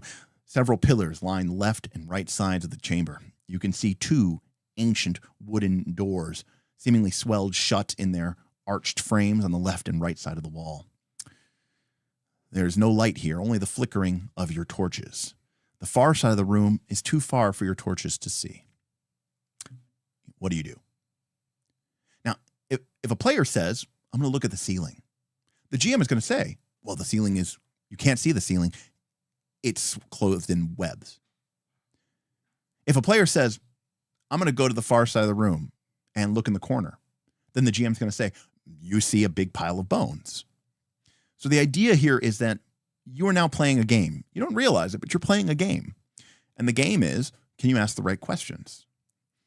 And if you are very old, this is a little bit old even for me, I'll admit, is like, computer games used to be like, you used to have to type what you wanted to do, right? It would be like, use axe. And it would be like, the axe cannot be used that way. And you're like, all right. Throw axe. And it's like, the axe cannot be used that way. And you're like, all right. Chop axe. And it was like, you quickly make work of the fence, by chopping through it with your axe several times, right? You had to say the right words to get the game to do what you wanted it to do.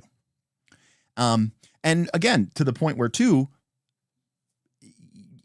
a player might be like, okay, we see the webs, we see the bones. And they're like, all right, very carefully and cautiously, while staying back as far as I can, right? They're trying to mitigate any GM shenanigans. I'm going to look in the ceiling, in the webs above that. And the GM might go, you know, in the darkness of the swath of webs, you think you see the shadow of a large object barely moving. And then you notice the glint of your torch reflecting 8 times in 8 large bulbous eyes. Now, of course, funnily enough, a lot of people, including you, probably have an instinct to go roll initiative. It's kind of strange, isn't it? Because what you just did there is actually more of a PBTA thing, not an old school D&D thing, right? If your reaction, as I gave that, imagining you were the GM giving that description and the player was coming up to the corner very cautiously with their torch raised and they're trying to look and they're looking at the ceiling, and then you describe you're basically giving them the hint that there's a spider there, 8 eyes, bulbous eyes, and then there's an explosion of movement, roll initiative. Okay, you don't realize what you just did there. You just did a soft move, okay? Oh, poor Dr. Waits. Can we get some Fs in chat for Dr. Waits? Dr. Waits has been boldly trying to expand the horizons of his players and has been running into some pretty nasty roadblocks along the way.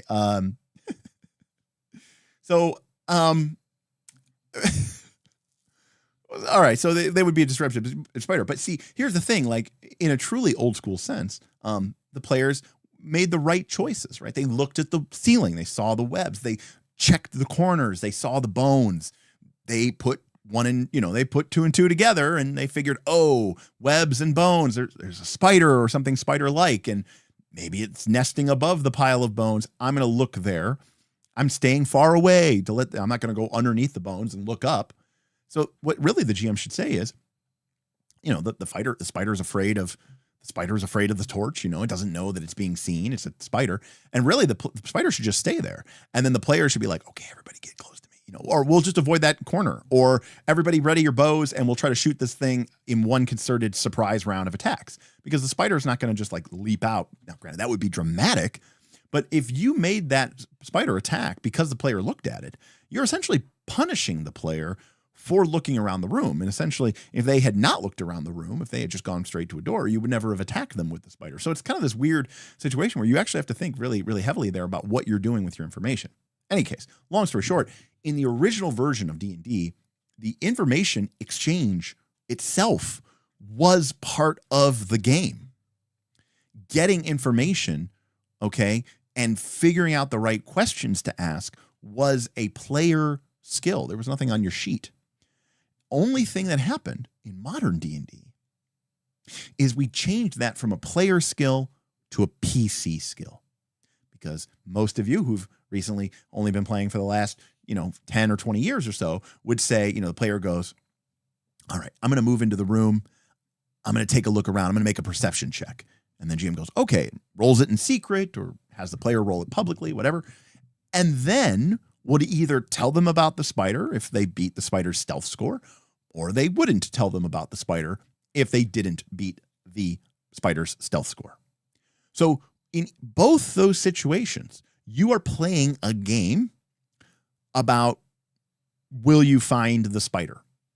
In one game, it's about your skill as a player, as an investigator, as someone who is curious, who's asking questions. And in order to make that part of the game work, the GM purposefully has to sort of withhold information from you and will only reveal it in sort of bits and pieces as you ask the right or kind of right questions. Now, of course, this historically, a lot of these horror stories have been around for 40 or 50 years for a reason.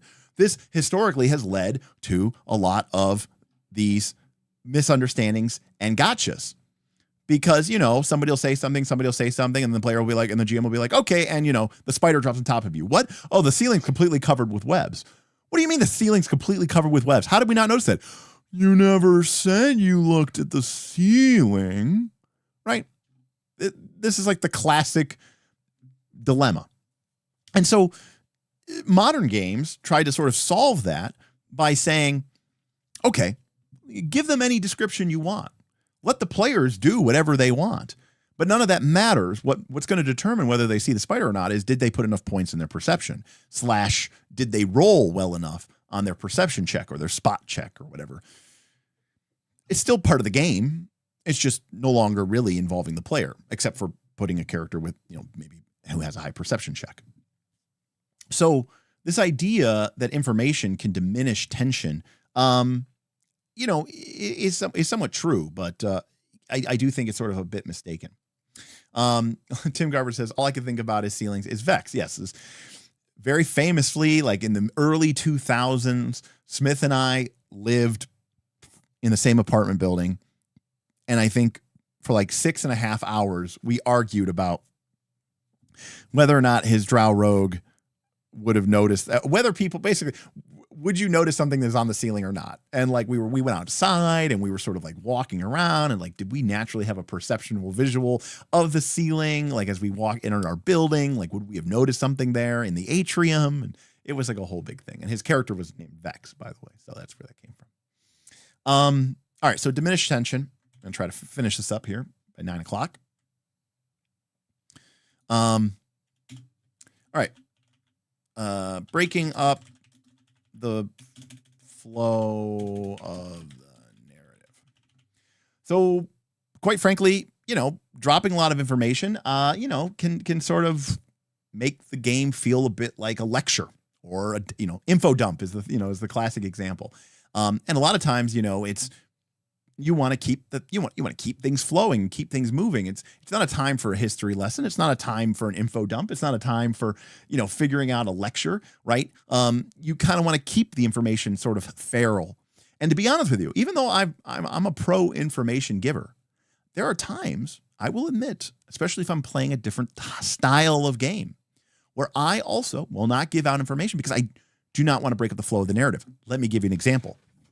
When we were playing our last 5th edition D&D game, yes, that 5th edition D&D game, Dungeon Time Extreme, which of course was played theater of the mind with a lot of house rules. So, pretty much like everybody else's 5th edition game, right? Tons of house rules.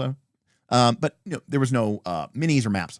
Many times I really wanted to focus in, especially when I'm playing theater of the mind, in what I consider to be a more basic game, which in this case I considered 5th edition to be, and especially since we were playing like a 5th edition hack of 5 torches deep. And then I hacked it again, and it was like a hack of a hack of a hack. Hence, 5 hacks deep, 3 hacks deep. The players were, I'm trying to remember what fight this was. I think it was versus ghouls. The players had made their way down into an area that was covered in ghouls or something like that. And there was a random encounter. I rolled a lot of ghouls, it was like 3d6. And, the ghouls were like pouring in from both sides of this hallway. And I didn't tell them how many ghouls there were, because from their character's perspective, and they're in this dark hallway, nobody has dark vision. The torchlight, you're only seeing like the first couple of ranks of ghouls that are coming through the archways, right? Kind of half running, half galloping down their claws and their teeth and their yellow eyes and their stickly tongues. And they're maybe like crawling up the sides of the walls a little bit as they kind of scuttle towards you, right? But you don't, and I'm like, and I just kind of describe that you see, many more behind them. And you don't know how many there are. There's a lot.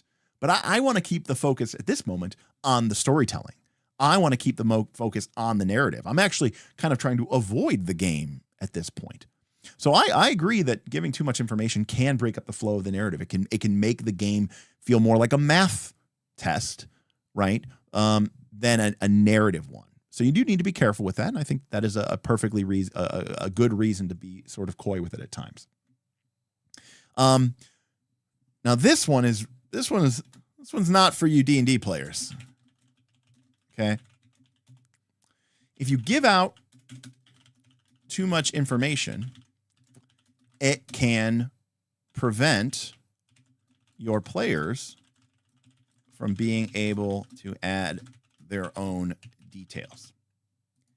If you decide everything ahead of time and you explain everything ahead of time, you smash or curtail the ability for the players to fill in their own information about your world. All right. And that's something I love and I want to encourage my players to do. So rather than give them a bunch of information about this person, I'll let them make it up. I want to hear what you think. Maybe they have to spend a fabula point or a fate point. or a hero point or whatever the case may be. Or maybe it's just like one of those situations where you say, hey, did any of you go to, did any of you, the prince trained at the Martial Academy? Did any of you train at the Martial Academy? And if so, do you know the prince? And they might go, yeah, I did, cool, great. Tell us about him, or tell us about it. And you're inviting them into the world. If you sort of have everything, you just give them way too much information, it limits their ability to kind of come up with their own ideas and sort of stifle that creativity and limit the ways that they're going to be able to engage and interact with your world. And players may get into the habit of just taking information from the DM rather than sort of feeling like they are in a position to create their own information. So I think that can be a very important con. All right, loss of character immersion. So for some people, we talked about this before when we were talking about encouraging metagaming. For some people, these things are counter-purposed, right? If they are playing the game, then they are not role-playing as their character, and vice versa.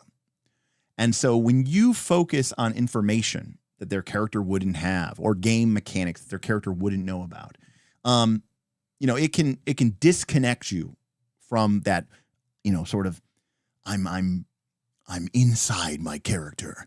I'm wearing them, their skin, and I'm feeling their every feeling. I'm thinking their every thought. I am my character. I have said before, that is not the way that I play RPGs. I never think of my character as something that I am embodying. Okay. My character is merely a tool or a pawn that I use in order to sort of effect narrative control over an emerging and developing storyline that I am hopefully contributing to, right? They are my avatar. They are my vector. They are my agent that goes forth and does my bidding in order to create the sort of effects and understand the sort of consequences of a game world that is evolving dynamically before me. My sense of character immersion is almost zero. Can I think of any example of a time or a place where I really felt a sense of character immersion or it was important to me? Loading. Hold on a second. Let me think about this. Loading, please wait.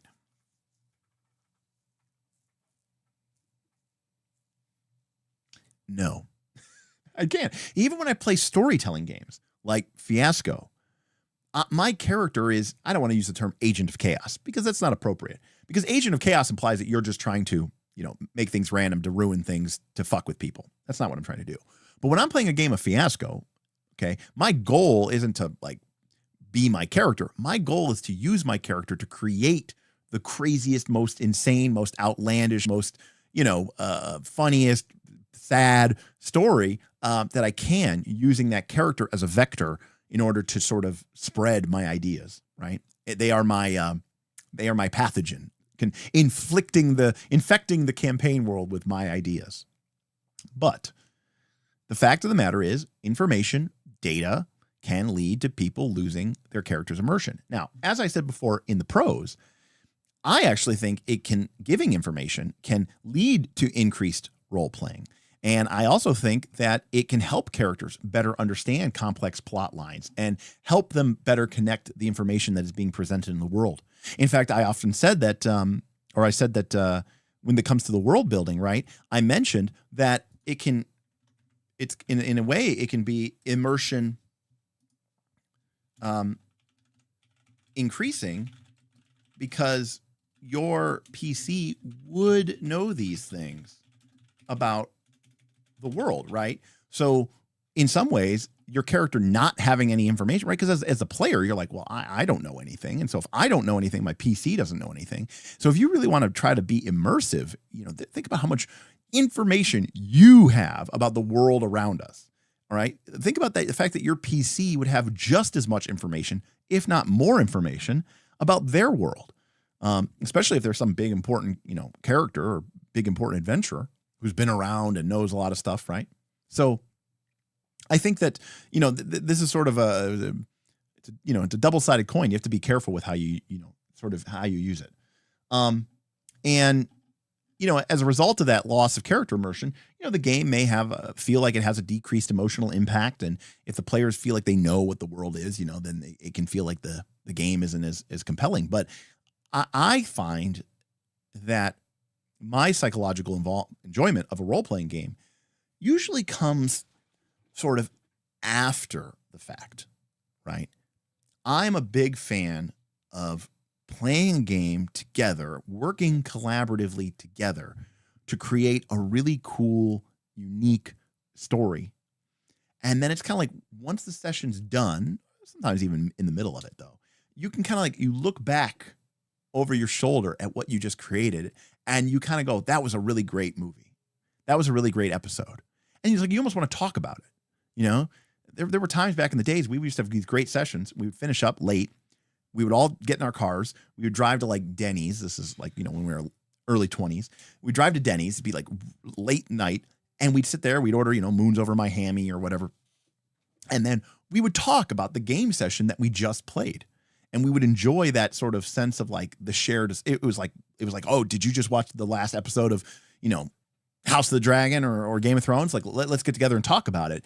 Except it was our game. And everybody was kind of like, wow, that was awesome. I didn't see that coming. And that was a really cool, moment. And that to me was always way more satisfying than the sort of element of being immersed in the game. But I will agree that for some people, having that information, being aware that you're playing a role-playing game, being empowered as a player to make better, more informed decisions, I do think it comes with the loss of some amount of character immersion if that's important to you. But I also find it strange because a lot of the people who say this have no problems with, knowing their hit points and knowing what their armor class is. And, there's a lot of information that they do have about their character. I wonder how they would feel if they didn't have any of that information. Let's take a look here. Trajan says, make the info available online so they can read it if they want. If they do, great. If they don't, so be it. The GM can make sure vital info is stated in-game. The extra is for those who want it. That is a totally reasonable idea. The idea of a wiki, I think is really, really great and really, really cool. Obviously, we would all love for our players to become, experts in our campaign worlds, but that is sadly not the case. But I do think that obviously that's a lot of work, especially for people who are trying to make low prep, no prep games. But I do think that is something really interesting. Let's see here. John says, fate is mentioned. Immersion isn't a facet of any one game or its mechanics. Immersion is a facet of your imagination. People often misunderstand this. If you can't find yourself immersed in a game, it's not an issue with the game. It's a limitation of your own imagination, aka a skill issue. So yeah, I mean, John, I think that there are things that, while ultimately I do think it is a responsibility of the player or a person to be immersed, the fact of the matter is that, there very clearly are mechanics or rules or situations which can either increase or decrease that level of immersion. If I'm telling you that, and this all started with me basically saying, like if like a fighter's like, well, I'm gonna run at the door. I'm gonna try to bash it down, and I'm like, okay, great. Well, obviously, if you succeed, right, you will bash the door down. But if you fail, you still knock the door down because you're a big, strong guy, but you're going to go down with it, and you're going to end up prone on the ground when the, fight against the Odiug in the next room starts. So I've just told the player, what's going on. And so for them, if not knowing what's in the next room and being as surprised as their character would be is important to them, then I have robbed them of that, right? So there is something to be said. Now, for me, I want to make sure that they understand the stakes. And also, I think, that dramatic irony, I enjoy dramatic irony. So dramatic irony is where the audience knows something, right? And the characters on the stage don't. The most classic example of this is Romeo and Juliet, right? So, he thinks she's dead. We know she's not dead. We know she's just sleeping or chemically induced to sleep.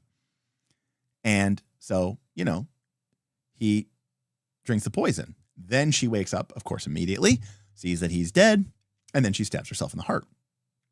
And we're like the whole time, gnashing our teeth. But think about that scene. We thought Juliet was dead too, right? Then Romeo's actions don't seem as tragic. They almost seem like a lover's final suicidal pact, right?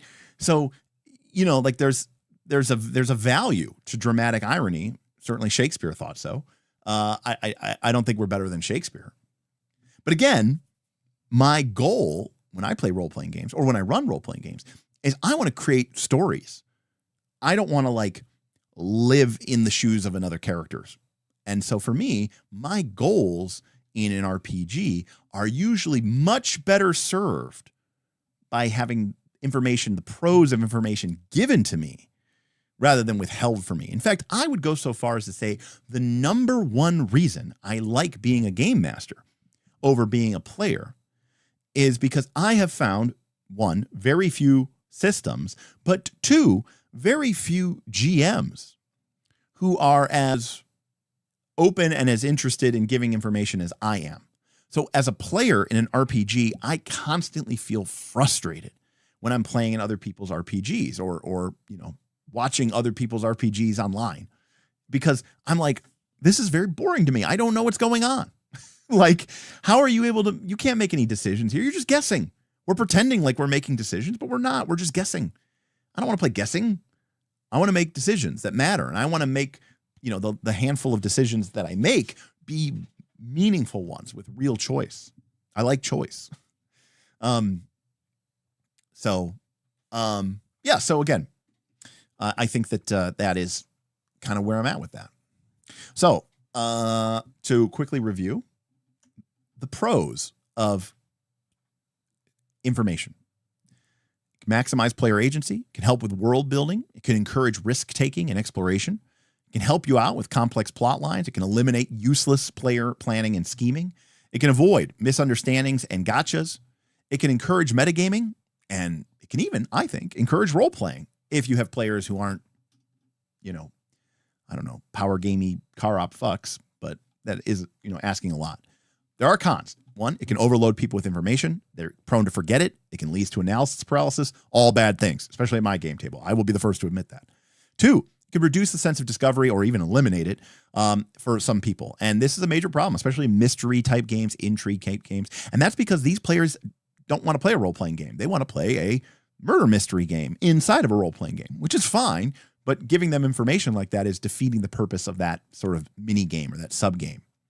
It can diminish tension. A lot of people like the risk of the unknown. They want to not know what they're going up against. That is exciting for them. That is more of a psychological plot because now they're not thinking about the story. They're not thinking about they just want to feel something, right? So it's a very psychologically driven need, but it can diminish that. And so for some people, that's the fun of playing the game. It can break up the flow of the narrative. Too much information can make the game feel sluggish, slow, numbery, crunchy, very high, very high frequency. Whereas when you're deep into the storytelling and deep into the sort of fiction, you don't want to stop that to start vomiting numbers. I jokingly said not for you D&D players, but if you give out too much information, you're also eliminating your player's ability to add their own levels of details. And I think I encourage this, and almost every game I play, I will certainly, I want players to contribute to the room. I want players to fill in the blanks. I want some of this information to not be information I give them. Instead, the players will tell me, is there a spider in the web? You tell me. And then the most important thing that these all kind of lead to is this idea of this loss of character immersion, and this idea that by, information, for the most part, exists at the player level, right? And when we say information, I mean like not necessarily what your character can see or what they can hear. I just mean having an awareness that we're playing a game, that's a role-playing game, that we're going through an adventure, that we're trying to create a story. And when you sort of put people in that position, it can diminish some of the enjoyment they get from role-playing games if part of what drives them to play role-playing games is that sense of deep character immersion. For me, deep character, and for the most part, I would say, I think George is in chat here, one of my players. I would say that by and large, deep character immersion is not something that we really ever care about really that much. There's a few moments here and there. There have been a few games. Legend of the Five Rings comes to mind where players kind of really seem to sort of be getting into their character a bit. It does happen. It's a great game. I like to think that the character, the mechanics of that game led to that sort of kind of character immersion, rather than the opposite. But, for the most part, that's not the reason we play. We play role-playing games because we like to, play a game, and then as a sort of a bonus or a side effect of playing that game, a story is created throughout the course of us playing that game. And that's what we call a role-playing game. At least that's what I call a role-playing game. That's what I think. What do you think? Leave a comment below and sign up for the Deathbringer RPG. Isn't that what the professor says? Let's see here. John says, sure, but it's not universal. Different things are immersive for different people and not for others. You can't make a game that is going to be immersive for everyone. True, but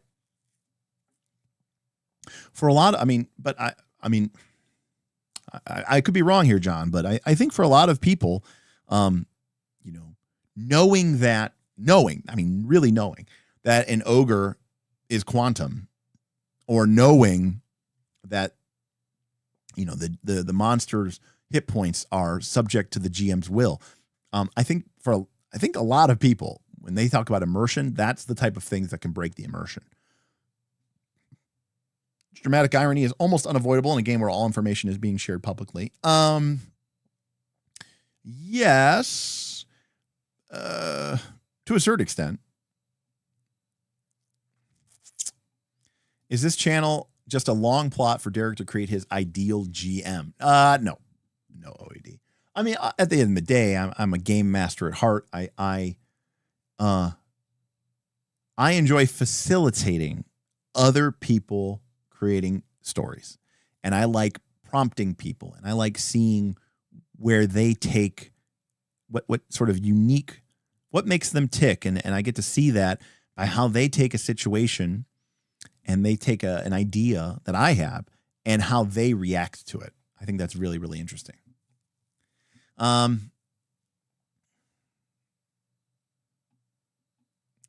So yeah. Now,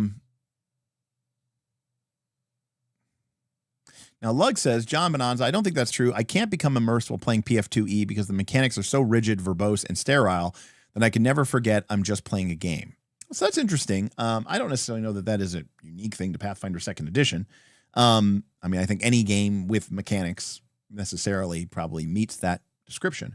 The question of immersion really comes down to, again, that awareness of how important is the fiction. And there, if you're certainly in a situation where the GM is like, no, I won't, no, you can't do that. It makes total sense that you could do that, but the game rules don't allow it. I can understand how that could lead to a lack of immersion. That being said, there are very few games that don't run into that problem at some level. So yeah, I think that does about. I think that about does it. I don't think we're gonna have a really long session, long stream tonight, which is just fine for me. But yeah, thanks to the Nice Last Call patrons for suggesting this. It was very heavily voted. Hopefully, this gave you some interesting food for thought. There is no right answer. I'm not going to tell you, as I often do on this channel. There is no right answer. It depends on your taste. It depends on your group's taste. It depends on what drives you to play role-playing games and what you like out of a role-playing game. I'm a big fan of letting my players in on the information. In fact, we have only played like Fabula Ultima like twice. Once as a group and another time online. And when we played it, I think I used villain scenes like 5 times in the course of one game. I think that's pretty rare. I think a lot of people don't do that. I love giving players that cut scene. I love players getting that snap, view of the villain. I love giving the players this idea of like, when they're sitting there, picking the lock, the other players are on the other, and then I describe how there's a, group of ogres on the other side about to bash the things. Travis, how do you bridge the gap between different people at the table having different expectations? I love sharing info, but my players want me to tell a story and be surprised. Well, Travis, meeting expectations and figuring out, how to meet them is in compromise is a tough challenge. I mean, right. In a sense, in a compromise, everyone always talks about how great compromises are. In my experience, compromises basically mean nobody's happy.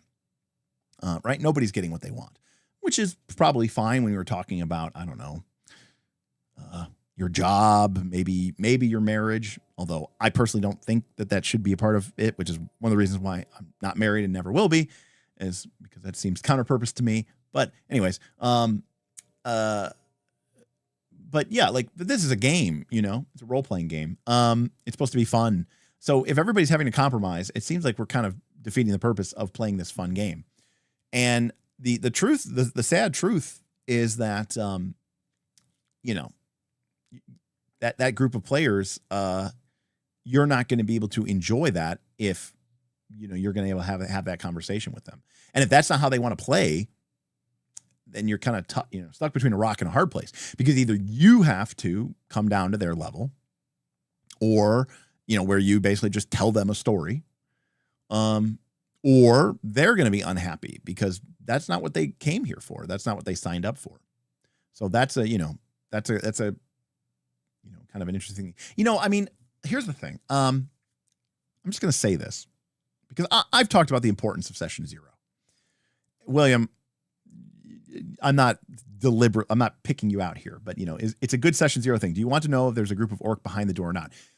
The whole, well, just deal with it in session 0 mantra, of which I admit I am a part of that refrain, has gotten a little bit too crazy, because there's a certain level of where it's like, I don't necessarily know that like you can address all of these things in session 0. And I don't even know if you would think to think of that to address in session 0. I definitely think that there are important decisions that get to be made in session 0, but like, to me, let me rephrase this. And again, I don't know, maybe this isn't a session 0 thing per se, but it's more like,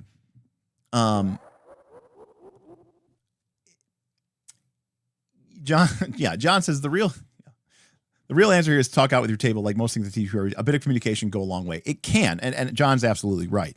But what I'm trying to say is, for me, session 0 is more like we're deciding things about how this game is going to be run. Like, are we going to allow uncommon ancestries in our Pathfinder 2 game? Do you guys want to, do you guys really want to, get heavy into, sex and sexy stuff scenes and stuff like that, right? And these are very much like take it or leave it. Like it's a switch that we can turn on or off.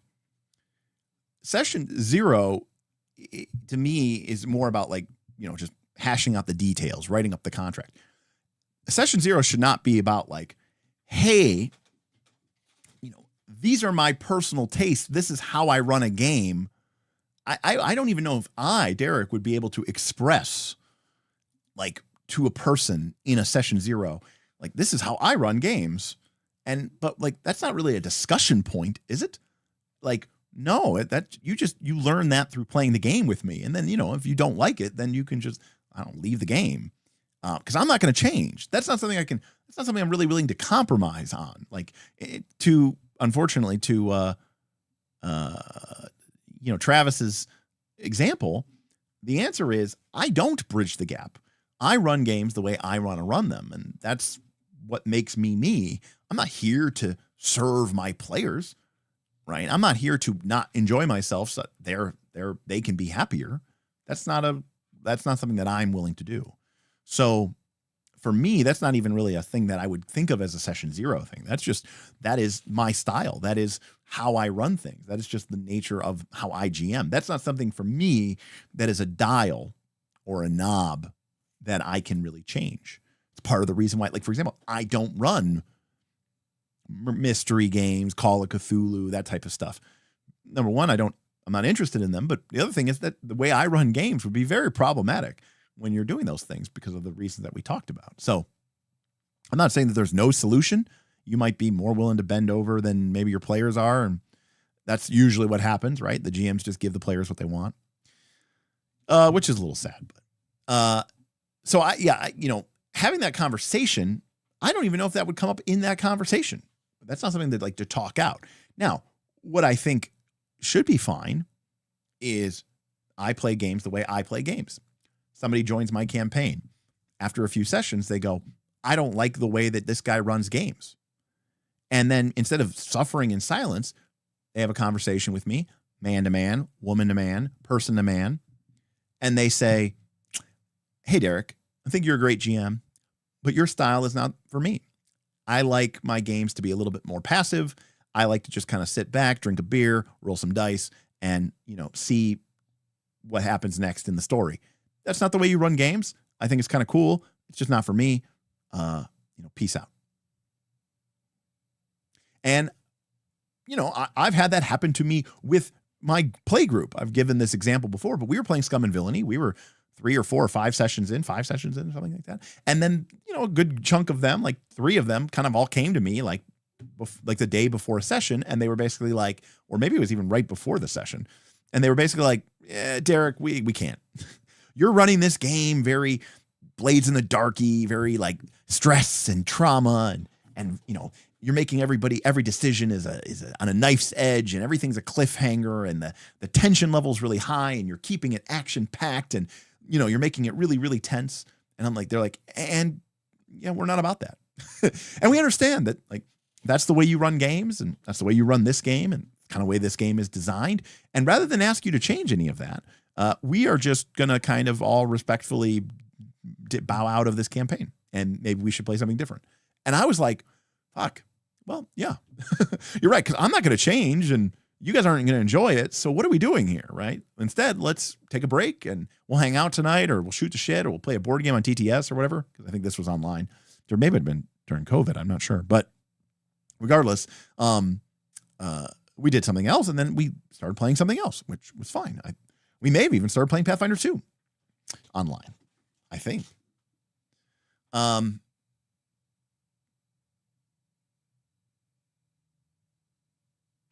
Good evening, Mr. Boothby. Guess what? We are just about to wrap up.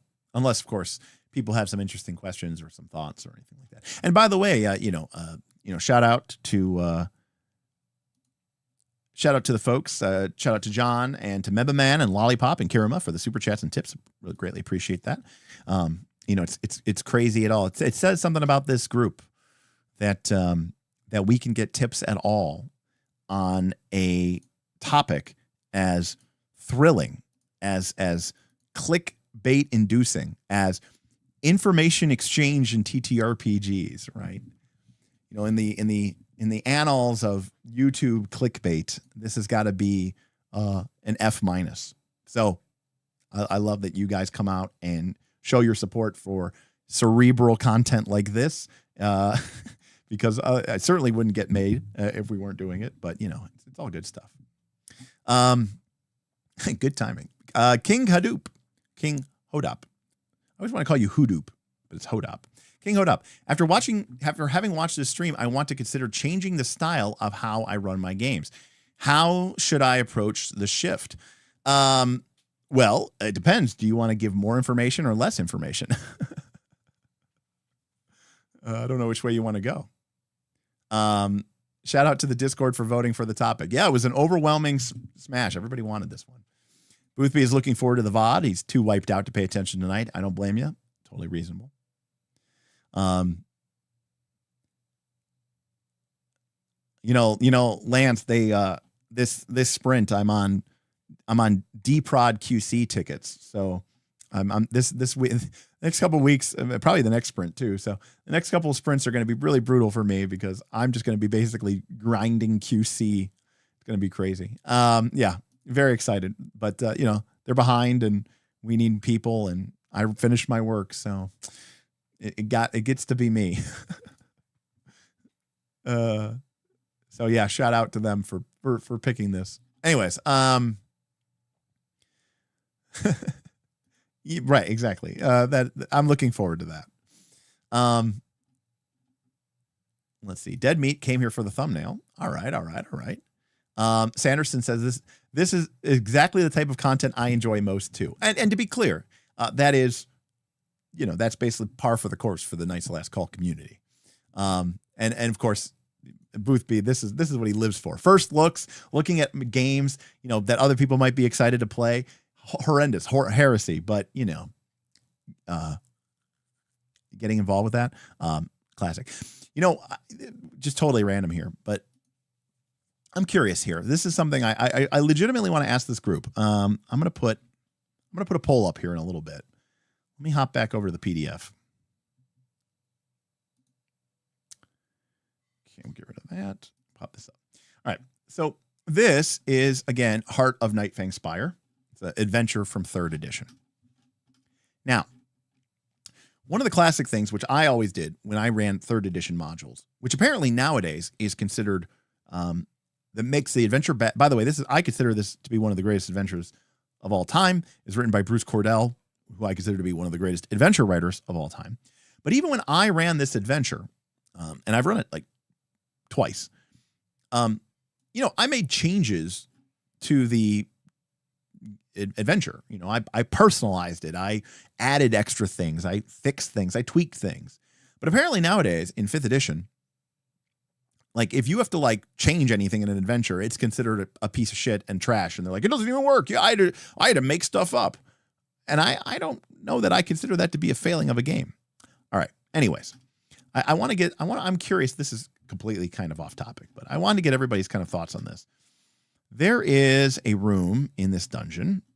And just so we're clear here, Heart of Nightfang Spire, it is an ancient tower filled with undead and scary monsters. And there's a vampire wizard as sort of the boss of the dungeon. Looking. Garelons. Whites. Here we go. All right.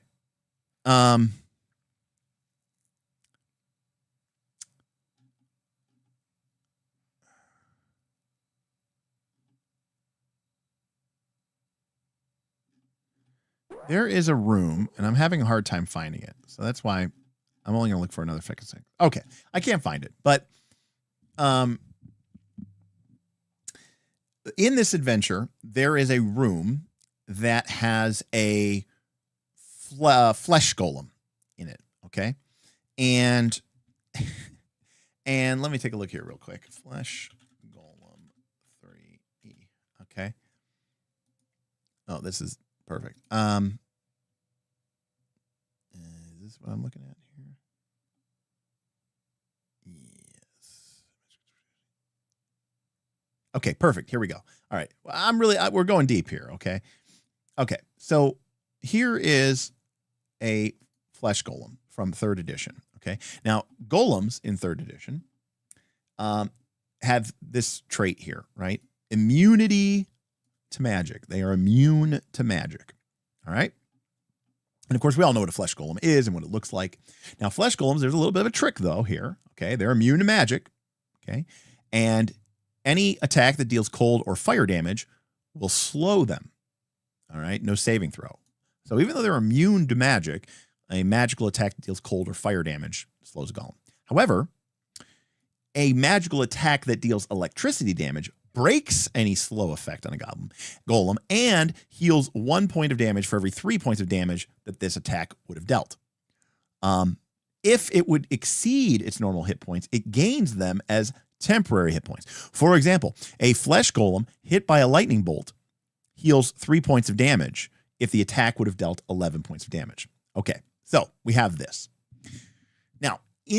Now, part of the tweak, one of the tweaks that I made to this adventure was I sort of described this sort of, I wanted to up the difficulty level a little bit or do some other stuff or something like that.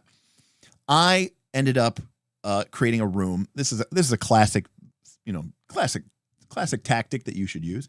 I like putting like traps and monsters together, right?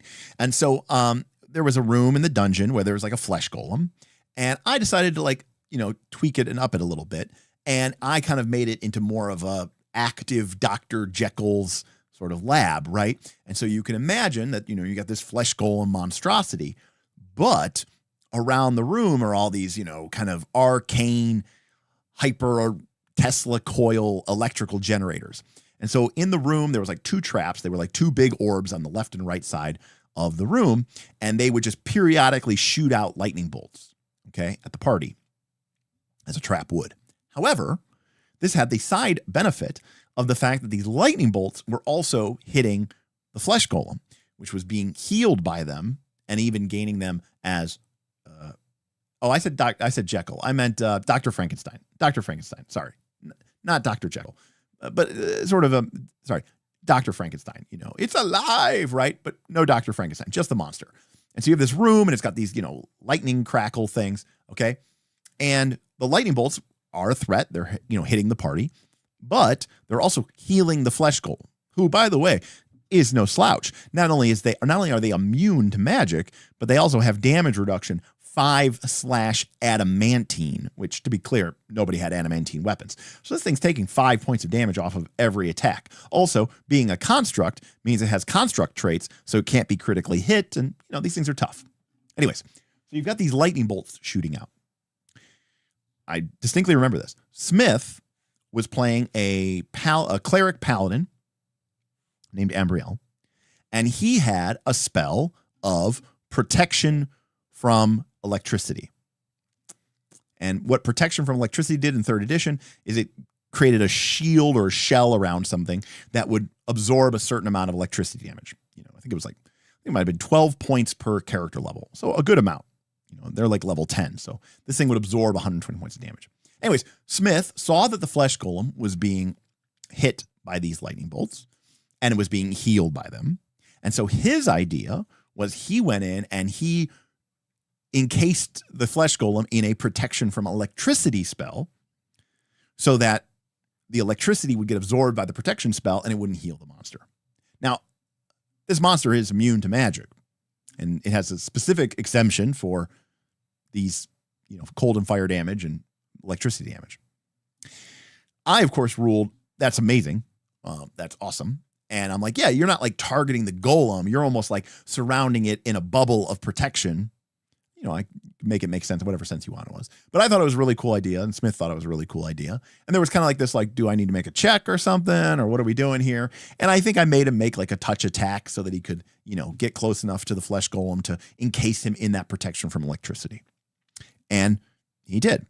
And that little story there is basically entirely how I played 3rd edition D&D, and pretty much how I play any version of D&D. So my question to you is, would you have allowed the protection from electricity spell to target the golem? And obviously I'm talking about 3rd edition. I don't know what the exact rules are in 5th edition or, in Pathfinder 2nd edition. But let's just assume that for all intents and purposes, that is how it works, right? That the rules are very clear. I mean, the monster is immune to magic. And protection from energy does not work that way, right? It's not like some special, we made this example of how like it was like a third-party bubble, but that's not the way spells work, right? Spells target a person and then the spell effect processes. But to me, I don't know, to me that was really fucking cool. To me, that was like a perfect, that to me was a perfect D&D moment. It, in my mind, it's one of those things that would look cool, but you would never see it like in a movie, because it's like, it's one of those like silly, stupid D&D things. But maybe you would see it like in the D&D movie, right? Where you would look at, one of the reasons the D&D movie, the new one, was fun was because we were like, oh, that's kind of stupid, dumb shit that would happen in a D&D game. Now, it's interesting because Mateo says something, which I think is very dangerous. Mateo says, I feel like the rule of cool trumps certain specific traits of monsters. But I think the rule of cool can be a very dangerous thing, right? Because it can erode the meaning and the context of the games that we play. And I will fully admit to you all, this is my failing. When I play 3rd edition D&D, I would make these decisions all day. When I played 5th edition D&D, you bet your ass I made these decisions all day. But when I played 4th edition D&D, and when I played Pathfinder 2nd edition, I find myself not making these kind of decisions. And that puts me in a very different space as a game master. And you might say, well, what's the difference, Derek? It's not exactly clear to me what the difference is, but I think what it really comes down to is I think that Pathfinder 2nd edition and 4th edition D&D are more game-like and less role-playing game-like. And as a result, I feel like I run them differently. I feel like I have a tendency to run Pathfinder 2nd edition and 4th edition D&D a little bit more like I would run a game of Descent, which is a board game, or Gloomhaven, which doesn't have a game master, but imagine it did, rather than running it as a sort of a D&D game, which is kind of interesting. And now what's interesting though, this is where Smith and I actually come to an interesting point. You see, in a basic D&D game, where there's no rules and there's no mechanics, there's nothing that you're like, I've tried to describe this to my Discord. There's no rules for you to break, right? Everything is kind of just made up by the GM anyways, right? Rulings over rules. But that's not really what was fun for us. What was fun for us was, here are the rules to the game, and they're there. We're just circumventing them, right? We're using our player creativity and we're kind of embracing the fiction to sort of kind of cheat, right? And it feels like we're getting away with something. And I think that is what ultimately is what feels like D&D to me. Anyways, so let's see what the poll results were. All right. We got, okay, it's 2/3 say yes, 1/3 say no. That's with 24 votes. So, a good chunk of you voted. So that's, that's interesting. I mean, it wasn't 50-50, but it wasn't like it was 90-10. It was 2/3 of you said yes and 1/3 of you said no. So, I don't think there's a right or wrong answer. And I think it does depend on what you and your players expect out of a game system. But I will say that I would much rather have that kind of game. The fact that I can remember that probably happened in 2002, give or take. In fact, it was either 2002 or 2003. And I can remember it as clear. I could probably remember it clearer than I could remember what I had for lunch today. That moment is burned indelibly into my brain. If they had beaten that golem by just bashing against it until it died and just, following all the rules and doing all the things that you're supposed to do, as they did with a million other monsters over the course of, 20, 30 years of playing D&D, it would mean nothing to me. But it's moments like that and stories like that it keep me engaged in this hobby. It's why I keep coming back and trying again and again and again to create cool moments. You know, for me, it's not even. I've kind of given up on cool stories. Honestly, I'm here to create a handful of cool moments that will live long after those campaigns, long after those systems have sort of, given up the ghost. So let's see what we say. Rem says, I would definitely conveniently forget the immunity to magic in this situation. But see, Rems, this is one of those situations where if I recall correctly, I acknowledged that the golem was immune to magic. And, is this kind of like, because I want it to feel like, it's not like, we pulled a fast one on the GM, or the players never realize that they're pulling a fast one. No, like, I want it to be out in the open that, like, we're acknowledging that this is cool and we want this to happen. And, we kind of diegetically hand wave it by being like, rather than target the creature itself, I weave the magical matrix around it, and maybe you say, oh, okay, you need to make a spell casting check. Maybe you need to make a religion check. Maybe you need to make an armed attack roll to touch it or to get close to it. Maybe it provokes an attack of opportunity. Whatever the case may be, there might be a price or a penalty to pay for it. But I do like acknowledging it. Allow the protection spell to work because it's awesome, but reserve the right to not allow it to work as a precedent for future shenanigans. Yeah, I mean, it depends on what the situation is, like creating, like,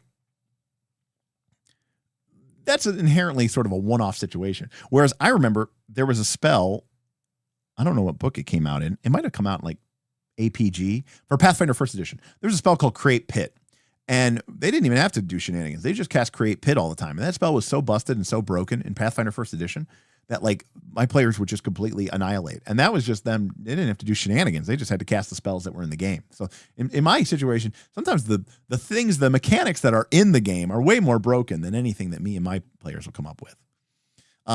He says, I voted no, but I could probably be convinced if my players persisted. Interesting. Pathfinder would encourage creative ideas like this. Dr. Waits has started to feel so shackled by 4E and Pathfinder 2nd Edition. Dr. Waits, I'm right there with you. And I've really struggled with that for a long time. Now, don't get me wrong. I love 4th Edition. I love the gameplay of it. I love the balance of that game. And there's nothing in that game that doesn't allow you to do any of the things that I'm talking about here. So it's a little strange, but it can start to feel like, well, then why are we going through all this process with all these really complex mechanics if we're just going to kind of hand wave them and ignore them anyways? I have a limit to how much rules I want to deal with when I know I'm planning on sort of being hazy on them. And to be fair, to be 100% clear, this is one of the reasons why I really like Powered by the Apocalypse style games, because there's a clear delineation in the rule set for this is how the rule works and you must abide by that. And everything else is, make it up. And I like that dichotomy between the two difference of them. Yes, I agree. 2nd Edition, talking about Pathfinder, is tied to the rules too strictly to allow for the ease for rule of cool, but it is still possible. It's totally possible. It is completely possible. There's no and my description could totally work in a Pathfinder 2 sense. I don't know that you're not sort of betraying the game. It's a weird situation. I'm the same way. I tend to run my more gamey games by the book. Yeah, exactly, John. And I can't stop myself. I can't help myself. I don't know why. I don't know how to do it. William says, I heard the term chewy from Terran, the Indestructible Boy, where the idea is a little less crunchy than something like Pathfinder, but not soft in the way that PBTA games seem to be. You know what's interesting about that? I don't think of PBTA games as being soft. That's interesting. See, I actually think PBTA games are actually quite hard in a weird way. The rules are the rules. There's little to no ambiguity. You have to obey them. There's no meta currency. There's no hero point. There's no reroll because your character is important. It's interesting that people consider PBTA a soft game. I don't necessarily know that I do. But yes, Pathfinder and 4th Edition are definitely crunchy systems. There's no doubt about that. But Boothby has started to get more flexible running Pathfinder 2 after running a lot more different flavors of games. And I think that's just sort of a natural evolution, I like Sanderson's take here. I think in my first 6 months of Pathfinder 2nd Edition, I wouldn't have allowed it, but today, absolutely, for sure. And that's me respecting the system a little bit too much, given it is very solid. And exactly, Sanderson, my respect for Pathfinder second edition, or my unwillingness to mess with it is out of respect. It is very solid, and I do want to respect that. But I completely agree with John. You know, if the game's super rule heavy, I feel like if I'm not playing by the rules, then what's the point of the rules? And I feel like I'm doing a disservice to the players by steering them away from them. They built their characters. They took all these feats and skill feats and ancestry feats and 37 magical items and all this other little nuances. And they have a +8 here and a +9 there. And they wanted a +10 in this. So they took a feat this to cross class into this. And then they took the archetypes so they could pick up the skill training so they could have a +10 to this, right? Like they did all that under the ideal that this matters and that this is a game to be played, you know?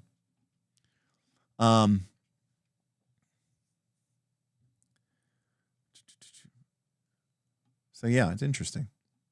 Meba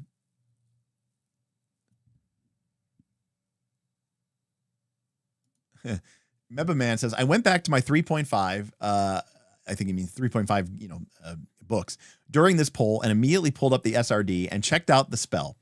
That shows what I voted. Kind of sad I voted no. I think it's awesome.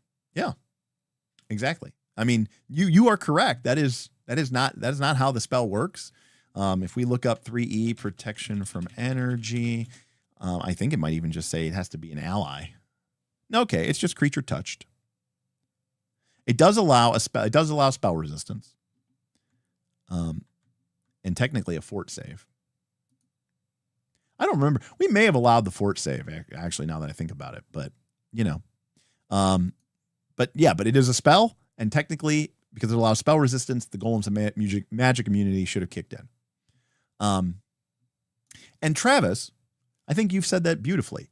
The player was rewarded for engaging with that table or the tables, culture, and the system. And I think that's cool. And Travis, I really like how you phrase that. Engaging with the table's culture and the system. I think that's fantastic. And remember, as I said before, in my personal mind, great adventures, great moments, great PC moments, great player moments happen when we challenge the PC and the player. I love it when the merging of your PC's abilities. I have this cool high-level spellcaster. They're an Aasimar Paladin Cleric, which is what Smith's character was. They have spells at their repertoire. I have prepared a lengthy array of spells. I have scrolls. I've prepared for this. I've built a PC that can do these cool magical tricks. I have protection from energy, electricity available to me. That's the PC side of things. The player side of things is, let me cast this on the flesh golem so that he doesn't get healed anymore. To me, that is a perfect melding of what I want to do. It's like, old school RPG, OSR is rulings over rules. And I think the implication is that, 4th edition, Pathfinder 2nd edition, maybe 5th edition is rules over rulings. And I just think both of those philosophies, in my mind, are sort of missing that core essential D&D experience, which is rules with rulings, not rulings over rules. I think that the rules should still matter, but there should be room to interpret.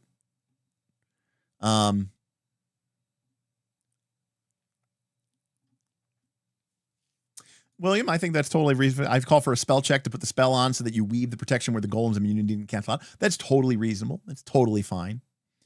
And I even said like that might be something, again, asking the player to do a little bit more so that they can get a different effect, I think is totally reasonable. Dirk says, the same happens to me in more rules-heavy systems. Only recently did I start to bend the system a little in PF2. Yes, and to be clear, I think you can do that. I think you should do it. I don't know if you should do it, but it's totally reasonable to do it. I just have a hard time doing it. Now, on the other hand, No Beer says, PF2 has solid maths, but I found that a lot of rules have to be thrown out and replaced to be enjoyable at my table. I've only run homebrew monsters for the past year. And there's no doubt that the core math of Pathfinder 2nd edition is very solid. But it's interesting that you've customized it to your table,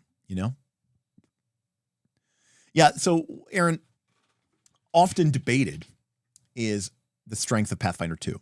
And in real life, a lot of times with strength comes brittleness. So, a diamond is extremely hard, but it's also very brittle. If you tap it the wrong way, it'll completely shatter. So it can't really stress. It can't flex. It can't bend. In fact, if a diamond bends, it just breaks. It just shatters.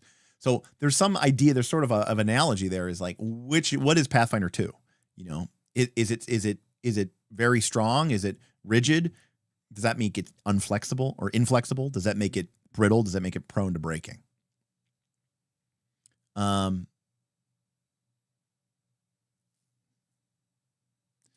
still going? I just did my fantasy football draft. Well, I wouldn't know the first thing about fantasy football if it bit me in the ass. It's been tried to explain to me multiple times, and I still don't quite understand it. In fact, my buddy was doing a draft when we were in Vegas on his phone. He's like in 3 leagues or something.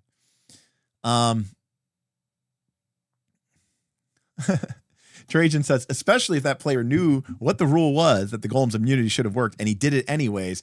Immersion.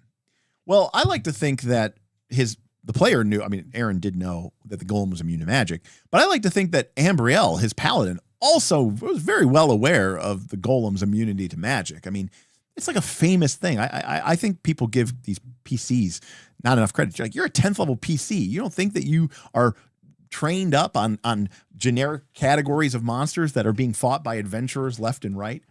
I mean, we have people who don't even play in the NFL, but they know the stats of every player for the last 20 years for their team. You don't think that an adventurer wouldn't be studying up on these monsters? I think it's just silly to assume otherwise. But anyways, no, I like to think that this is much more of a. This was we were playing that Powered by the Apocalypse. Apocalypse World hadn't even come out yet when this happened back in 2002 or 2003. But what I like to think that we were doing here was essentially the kind of game actions that Vincent Baker was trying to encapsulate with his PBTA framework. He wasn't trying to create something new there. He was trying to express something that was already there and was already, part of the way that some people were running,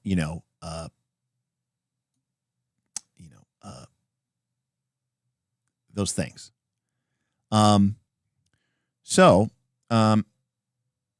As a quick aside, as we talk about Powered by the Apocalypse, there is a bundle. I'm going to hop over here really quick. McGuay Baker, one of the co-authors of Apocalypse World, is currently dealing with cancer. And as things go, cancer treatment's very expensive. And so Lumpley Games, the makers of said games, has put together a bundle that you can find on DriveThruRPG, and you can go ahead and buy for $25, $231 of various multiple PBTA Night Witches, which is one of my favorites, 13th Age Core Book, Alice is Missing, Apocalypse World, Designers and Dragons, Scion, Anatomy Adventure, The Great Clans of Rokugan. There's a bunch of stuff here. There's like 20 books. And doing so supports the Bakers in their time of need. And, they obviously have a huge, I don't know if they have a GoFundMe, but there's an older GoFundMe because I think her mom had breast cancer last year. Anyways, I would be remiss if I didn't mention that. So just go ahead and take a look and Google it and find it if you want to support it, if you want to get a bunch of books at a low price, but you can also go check that out as well. I will definitely be making a contribution. I don't probably need most of those books. Maybe I'll just buy them anyways because why not? Anyways, I just wanted to add that up there. I like that, Anon. Establishing the culture is the most important step in running an RPG. And I think that's something that's really tough to do nowadays online with strangers and stuff. It's hard to build up that culture. I have the advantage of having played with the same group for a very long time. And even with Knights of the Last Call, my style has attracted a certain number of people. Not everybody agrees with me and we don't always get along, but for the most part, people are sort of in line with my sort of style thinking. And so when I play games with my patrons, it's kind of a self-selected group, right? So playing with true strangers, which happens, for example, at conventions. I'm going to tell you guys a secret. I really don't enjoy playing convention games anymore with strangers. I will happily play games with my patrons. I will happily play games with people who I know, people who I respect. But even like, big names, content creators that, oh, you should play in so-and-so's game. I really don't want to. Oh, there's a sign up to go play this new game with a bunch of random people and a random GM. I kind of don't want to. My overall sense is that the quality of the average player in the TTRPG space is, in my personal opinion, far lower than it used to be. Now, is that because I'm an old grumpy man? Maybe. Is it because I have spent the last 10 years developing my skills as a game master, and now my powers are so much greater than all of yours? No, I don't think it's that. But I don't know if it's a cultural change. I don't know if it's an expectation change. I don't know if it's a skill change. But I personally have found that 10 years ago, when I used to go and play at con games at Gen Con and Origins, I had some of the greatest game sessions of my life. Some of the funniest players, some of the coolest people, some of the greatest GMs.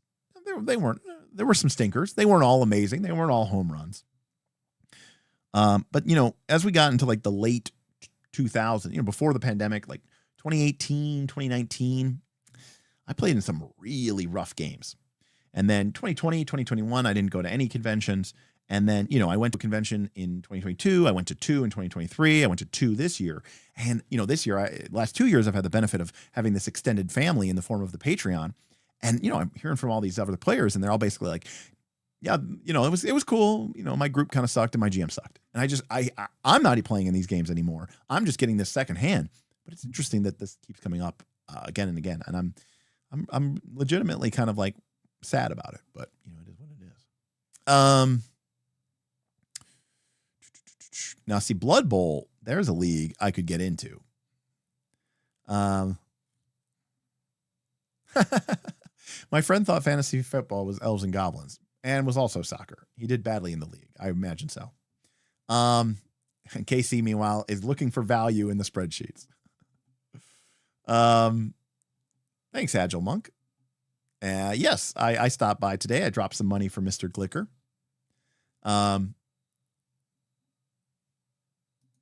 I think I got lost in the sea, but how would you recommend starting to be more generous with information? King Hodop, the easiest way, tell them DCs, and then this is the hardest part, tell them what will happen if they fail. Tell them the consequences. Tell them the consequences and ask. That's a PBTA principle. But let them know, if you pass, you get this. If you fail, this is what's going to happen. Even if it's not necessarily something that they would immediately know. And see what they do with that information and see how it affects their gameplay. Let them know what the risk is for any action that they're going to take. Let them know that this situation is really dangerous, even if there's no way that their character would know that this situation was really dangerous. In Forge in the Dark terms, let them know that they are in a desperate position, even if the PC thinks everything's hunky-dory. Avoid trying to be like, like the jump scare.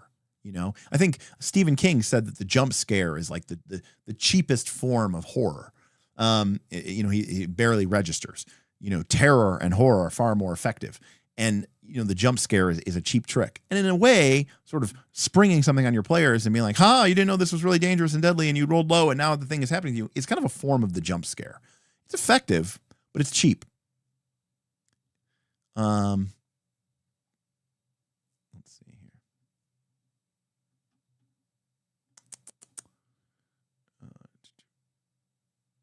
Anon says far lower because the hobby is larger and more diverse now, which simply means finding players you're compatible with more difficult. Yeah, I mean, part of it is a dilution problem, right, Anon? You're absolutely right there.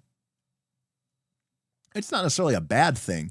If anything, it's just that my style doesn't really mesh with, what the pervasive style is. Another way to think of it is, there was a time when I considered myself to be somewhat near the the average, right, of what the RPG player mindset was. And now I find myself very much on the extremes of the sort of spectrum.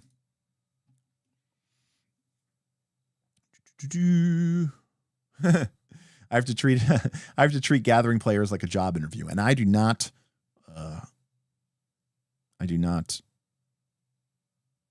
envy you for 1 second. Although I will say, the patrons of the Knights of the Last Call Patreon tend to have a very high. I don't think they're just blowing smoke up my ass, but it's a really great community of people who are really invested in gaming, and by and large, most people say that they put together really great groups in our community. Obviously, they're online because they're all over the world, but that's because these are players that are sort of, again, self-selected to sort of have similar viewpoints. They're not identical. They're all very interested in RPGs, in learning new RPGs, and learning new ways to think about RPGs. And just being in that right mindset means that putting a group together is a lot less like pulling teeth as it might be, say, random post on some public Discord on the internet where there's 2,000 players and 35 GMs and yada yada. How do players today suffer in comparison to the good old days? Suffer. How do they suffer? I'm not really sure what you mean. I mean, in my perspective, the main difference is they're very boring. I mean, I don't want to be mean, but it's like, I'm here to be entertained, by the GM, by the players. And nothing that you're doing, nothing that they're doing is entertaining me. They're boring. They aren't exciting. They're not adding anything to the game. They're all kind of just passively observing it. And I find it to be very off-putting. Nobody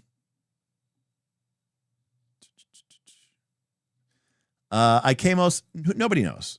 I think, Professor Dungeon Master says that you have to go to the bell, and now the bell doesn't even necessarily remind you. You have to go to always, as opposed to there's a bell.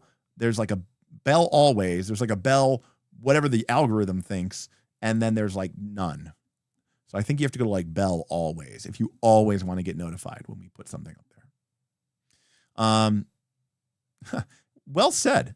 I like this. You guys are coming out with some good quotes tonight. Remember, TTRPGs are not for everyone, but TTRPGs are for anyone. Love it. I think that's fantastic. And I agree with you.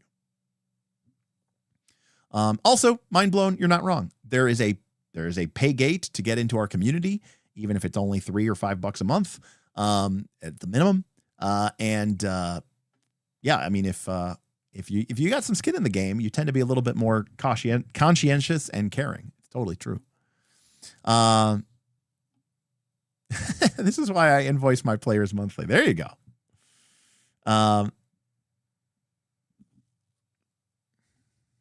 So good stuff. All right, everybody. I think we're going to wrap it up. I thought it was going to be a short stream, and here we are, almost 10 o'clock. You guys keep it going. Not sure what we're doing for Thursday yet. Of course, probably be a Patreon poll. We got a couple stream goals that we still need to knock out. We've been teasing it, finally watching this Delicious in Dungeon anime show, but things have kept popping up, and then Bob had a super busy weekend, and then I was in Vegas, and I got back, and I just been to the ER for my anxiety attack, so it just feels it has not been successful. But that will be coming soon for our patrons, which will be really fun. You guys get to see me suffer. I'm sure I will hate it. I know I will. Ugh. The idea of it already is so stupid to me. I can't even deal with it. I will say, though, when I was in Vegas, we were only there for a short period of time, but my friends, they gamble. They go pretty hard in the paint. I don't necessarily gamble quite so hard. Although I did play a lot of Journey to the Planet Moolah slot machine. But I did make a quick jaunt over to a local game store. Whenever I'm in a town, especially if I've been there a couple times, I will try to stop by a game store, see how it's different, see what's new. But I did pick up a couple of books. So I picked up In This World, a small game of big ideas by Ben Robbins, famous, of course, for Microscope, but probably more famous now for his blog post called The West Marches. So you may have heard of that. But it was originally a blog post about the name of his campaign, and then people took that idea, which really wasn't a new idea. The whole point of it was just old D&D style campaigns. He was just calling it the West March. So kind of weird that people call it that. But anyways, this came out, I think, last year, and I never picked it up. That's one. This is another one. Totally not something I'm even remotely interested in. This is called Shibuyan Nights. But it is forged in the dark. So, that interested me enough to pick it up. But it says it is a steampunk anime RPG built off of the Forged in the Dark game engine. So I'm always interested to see how they adapt the Forged in the Dark system. So should be interesting. All right. Then I picked up these two books. I think these are by the people. I don't know who makes this, actually. Anyways, I picked up these two books. This is Into the Cess and Citadel, and this is Into the Weird and Wild. So this is an art TTRPG book for those seeking to incorporate strange, colorful, and terrifying city elements into their RPGs. It's got a bunch of oracle tables and a bunch of other stuff. And then this one is a supplemental book for those seeking to incorporate a weird and terrifying wilderness into their role-playing games. But I will say, look at this. I mean, the form factor, this is some small little indie thing. Look, the name of the publisher is Feral Indie Studio and Wet Ink Games. Okay, let me just tell you something. The form factor on this book, the size of it, the ribbon, this nice kind of semi-matte finish. I just absolutely love the form factor of these books. It's like the perfect size for me. Anyways, they looked so pretty. They looked so beautiful. They had the ribbon. And I don't know. I'm a sucker for tables. And it's written for system neutral. So, pick it up. What do you think about Cess and Citadel? I've been interested in it. I literally just got these like 3 days ago, right before I started having panic attacks. And so I have not taken a look at them yet. But I am interested to do that. And so I'll let you know. It looks pretty cool. Again, it's got some fun, just random tables and fun ways to sort of take adventures in an interesting direction. Who doesn't love a good oracle? So looks interesting to me. So I'll check those out. And Avatar Legends and Wildsea made me realize that I don't like 8.5 by 11 rule books. I want something I can hold open in one hand, ideally. Yeah, the Wildsea book is a weird format. Wildsea it's a beautiful book, but it really reminds me more of like a coffee table book, honestly, if we're being honest. But I do love like the sort of evil hat, that kind of, I don't know what they call this. Is this A1 or A11 or something? What size this is, but it's like half a sheet of paper. I don't have a sheet of paper anywhere. Anyways, I like it. Alrighty, folks, I am going to dip out. We'll be back Thursday. Probably another vote from the patrons. We do eventually are going to be doing another campaign setting. Those have done really well. Of course, so far we've done Birthright and Eberron, but there's many others to go. Dark Sun seems like it's a favorite that people want to do, but I'm secretly pulling for Dragonlance, Forgotten Realms. Those are two campaign settings I know very well. Dark Sun, not as much. I know about it in the sense that I know a lot about it, but I haven't run dozens of campaigns in it like I have for some of those other settings. So we've got some of those coming up, and of course we've just launched our new Pathfinder 2nd Edition Mega Community Campaign. Almost 50 players, 24 GMs, and we're running 6 or 7 or 8 adventures this week. It's the first week. And we're going to try to maybe cut a cool little promo. I'm going to try to put something together just to kind of hype it up a little bit and get people interested. So looking forward to that. And of course,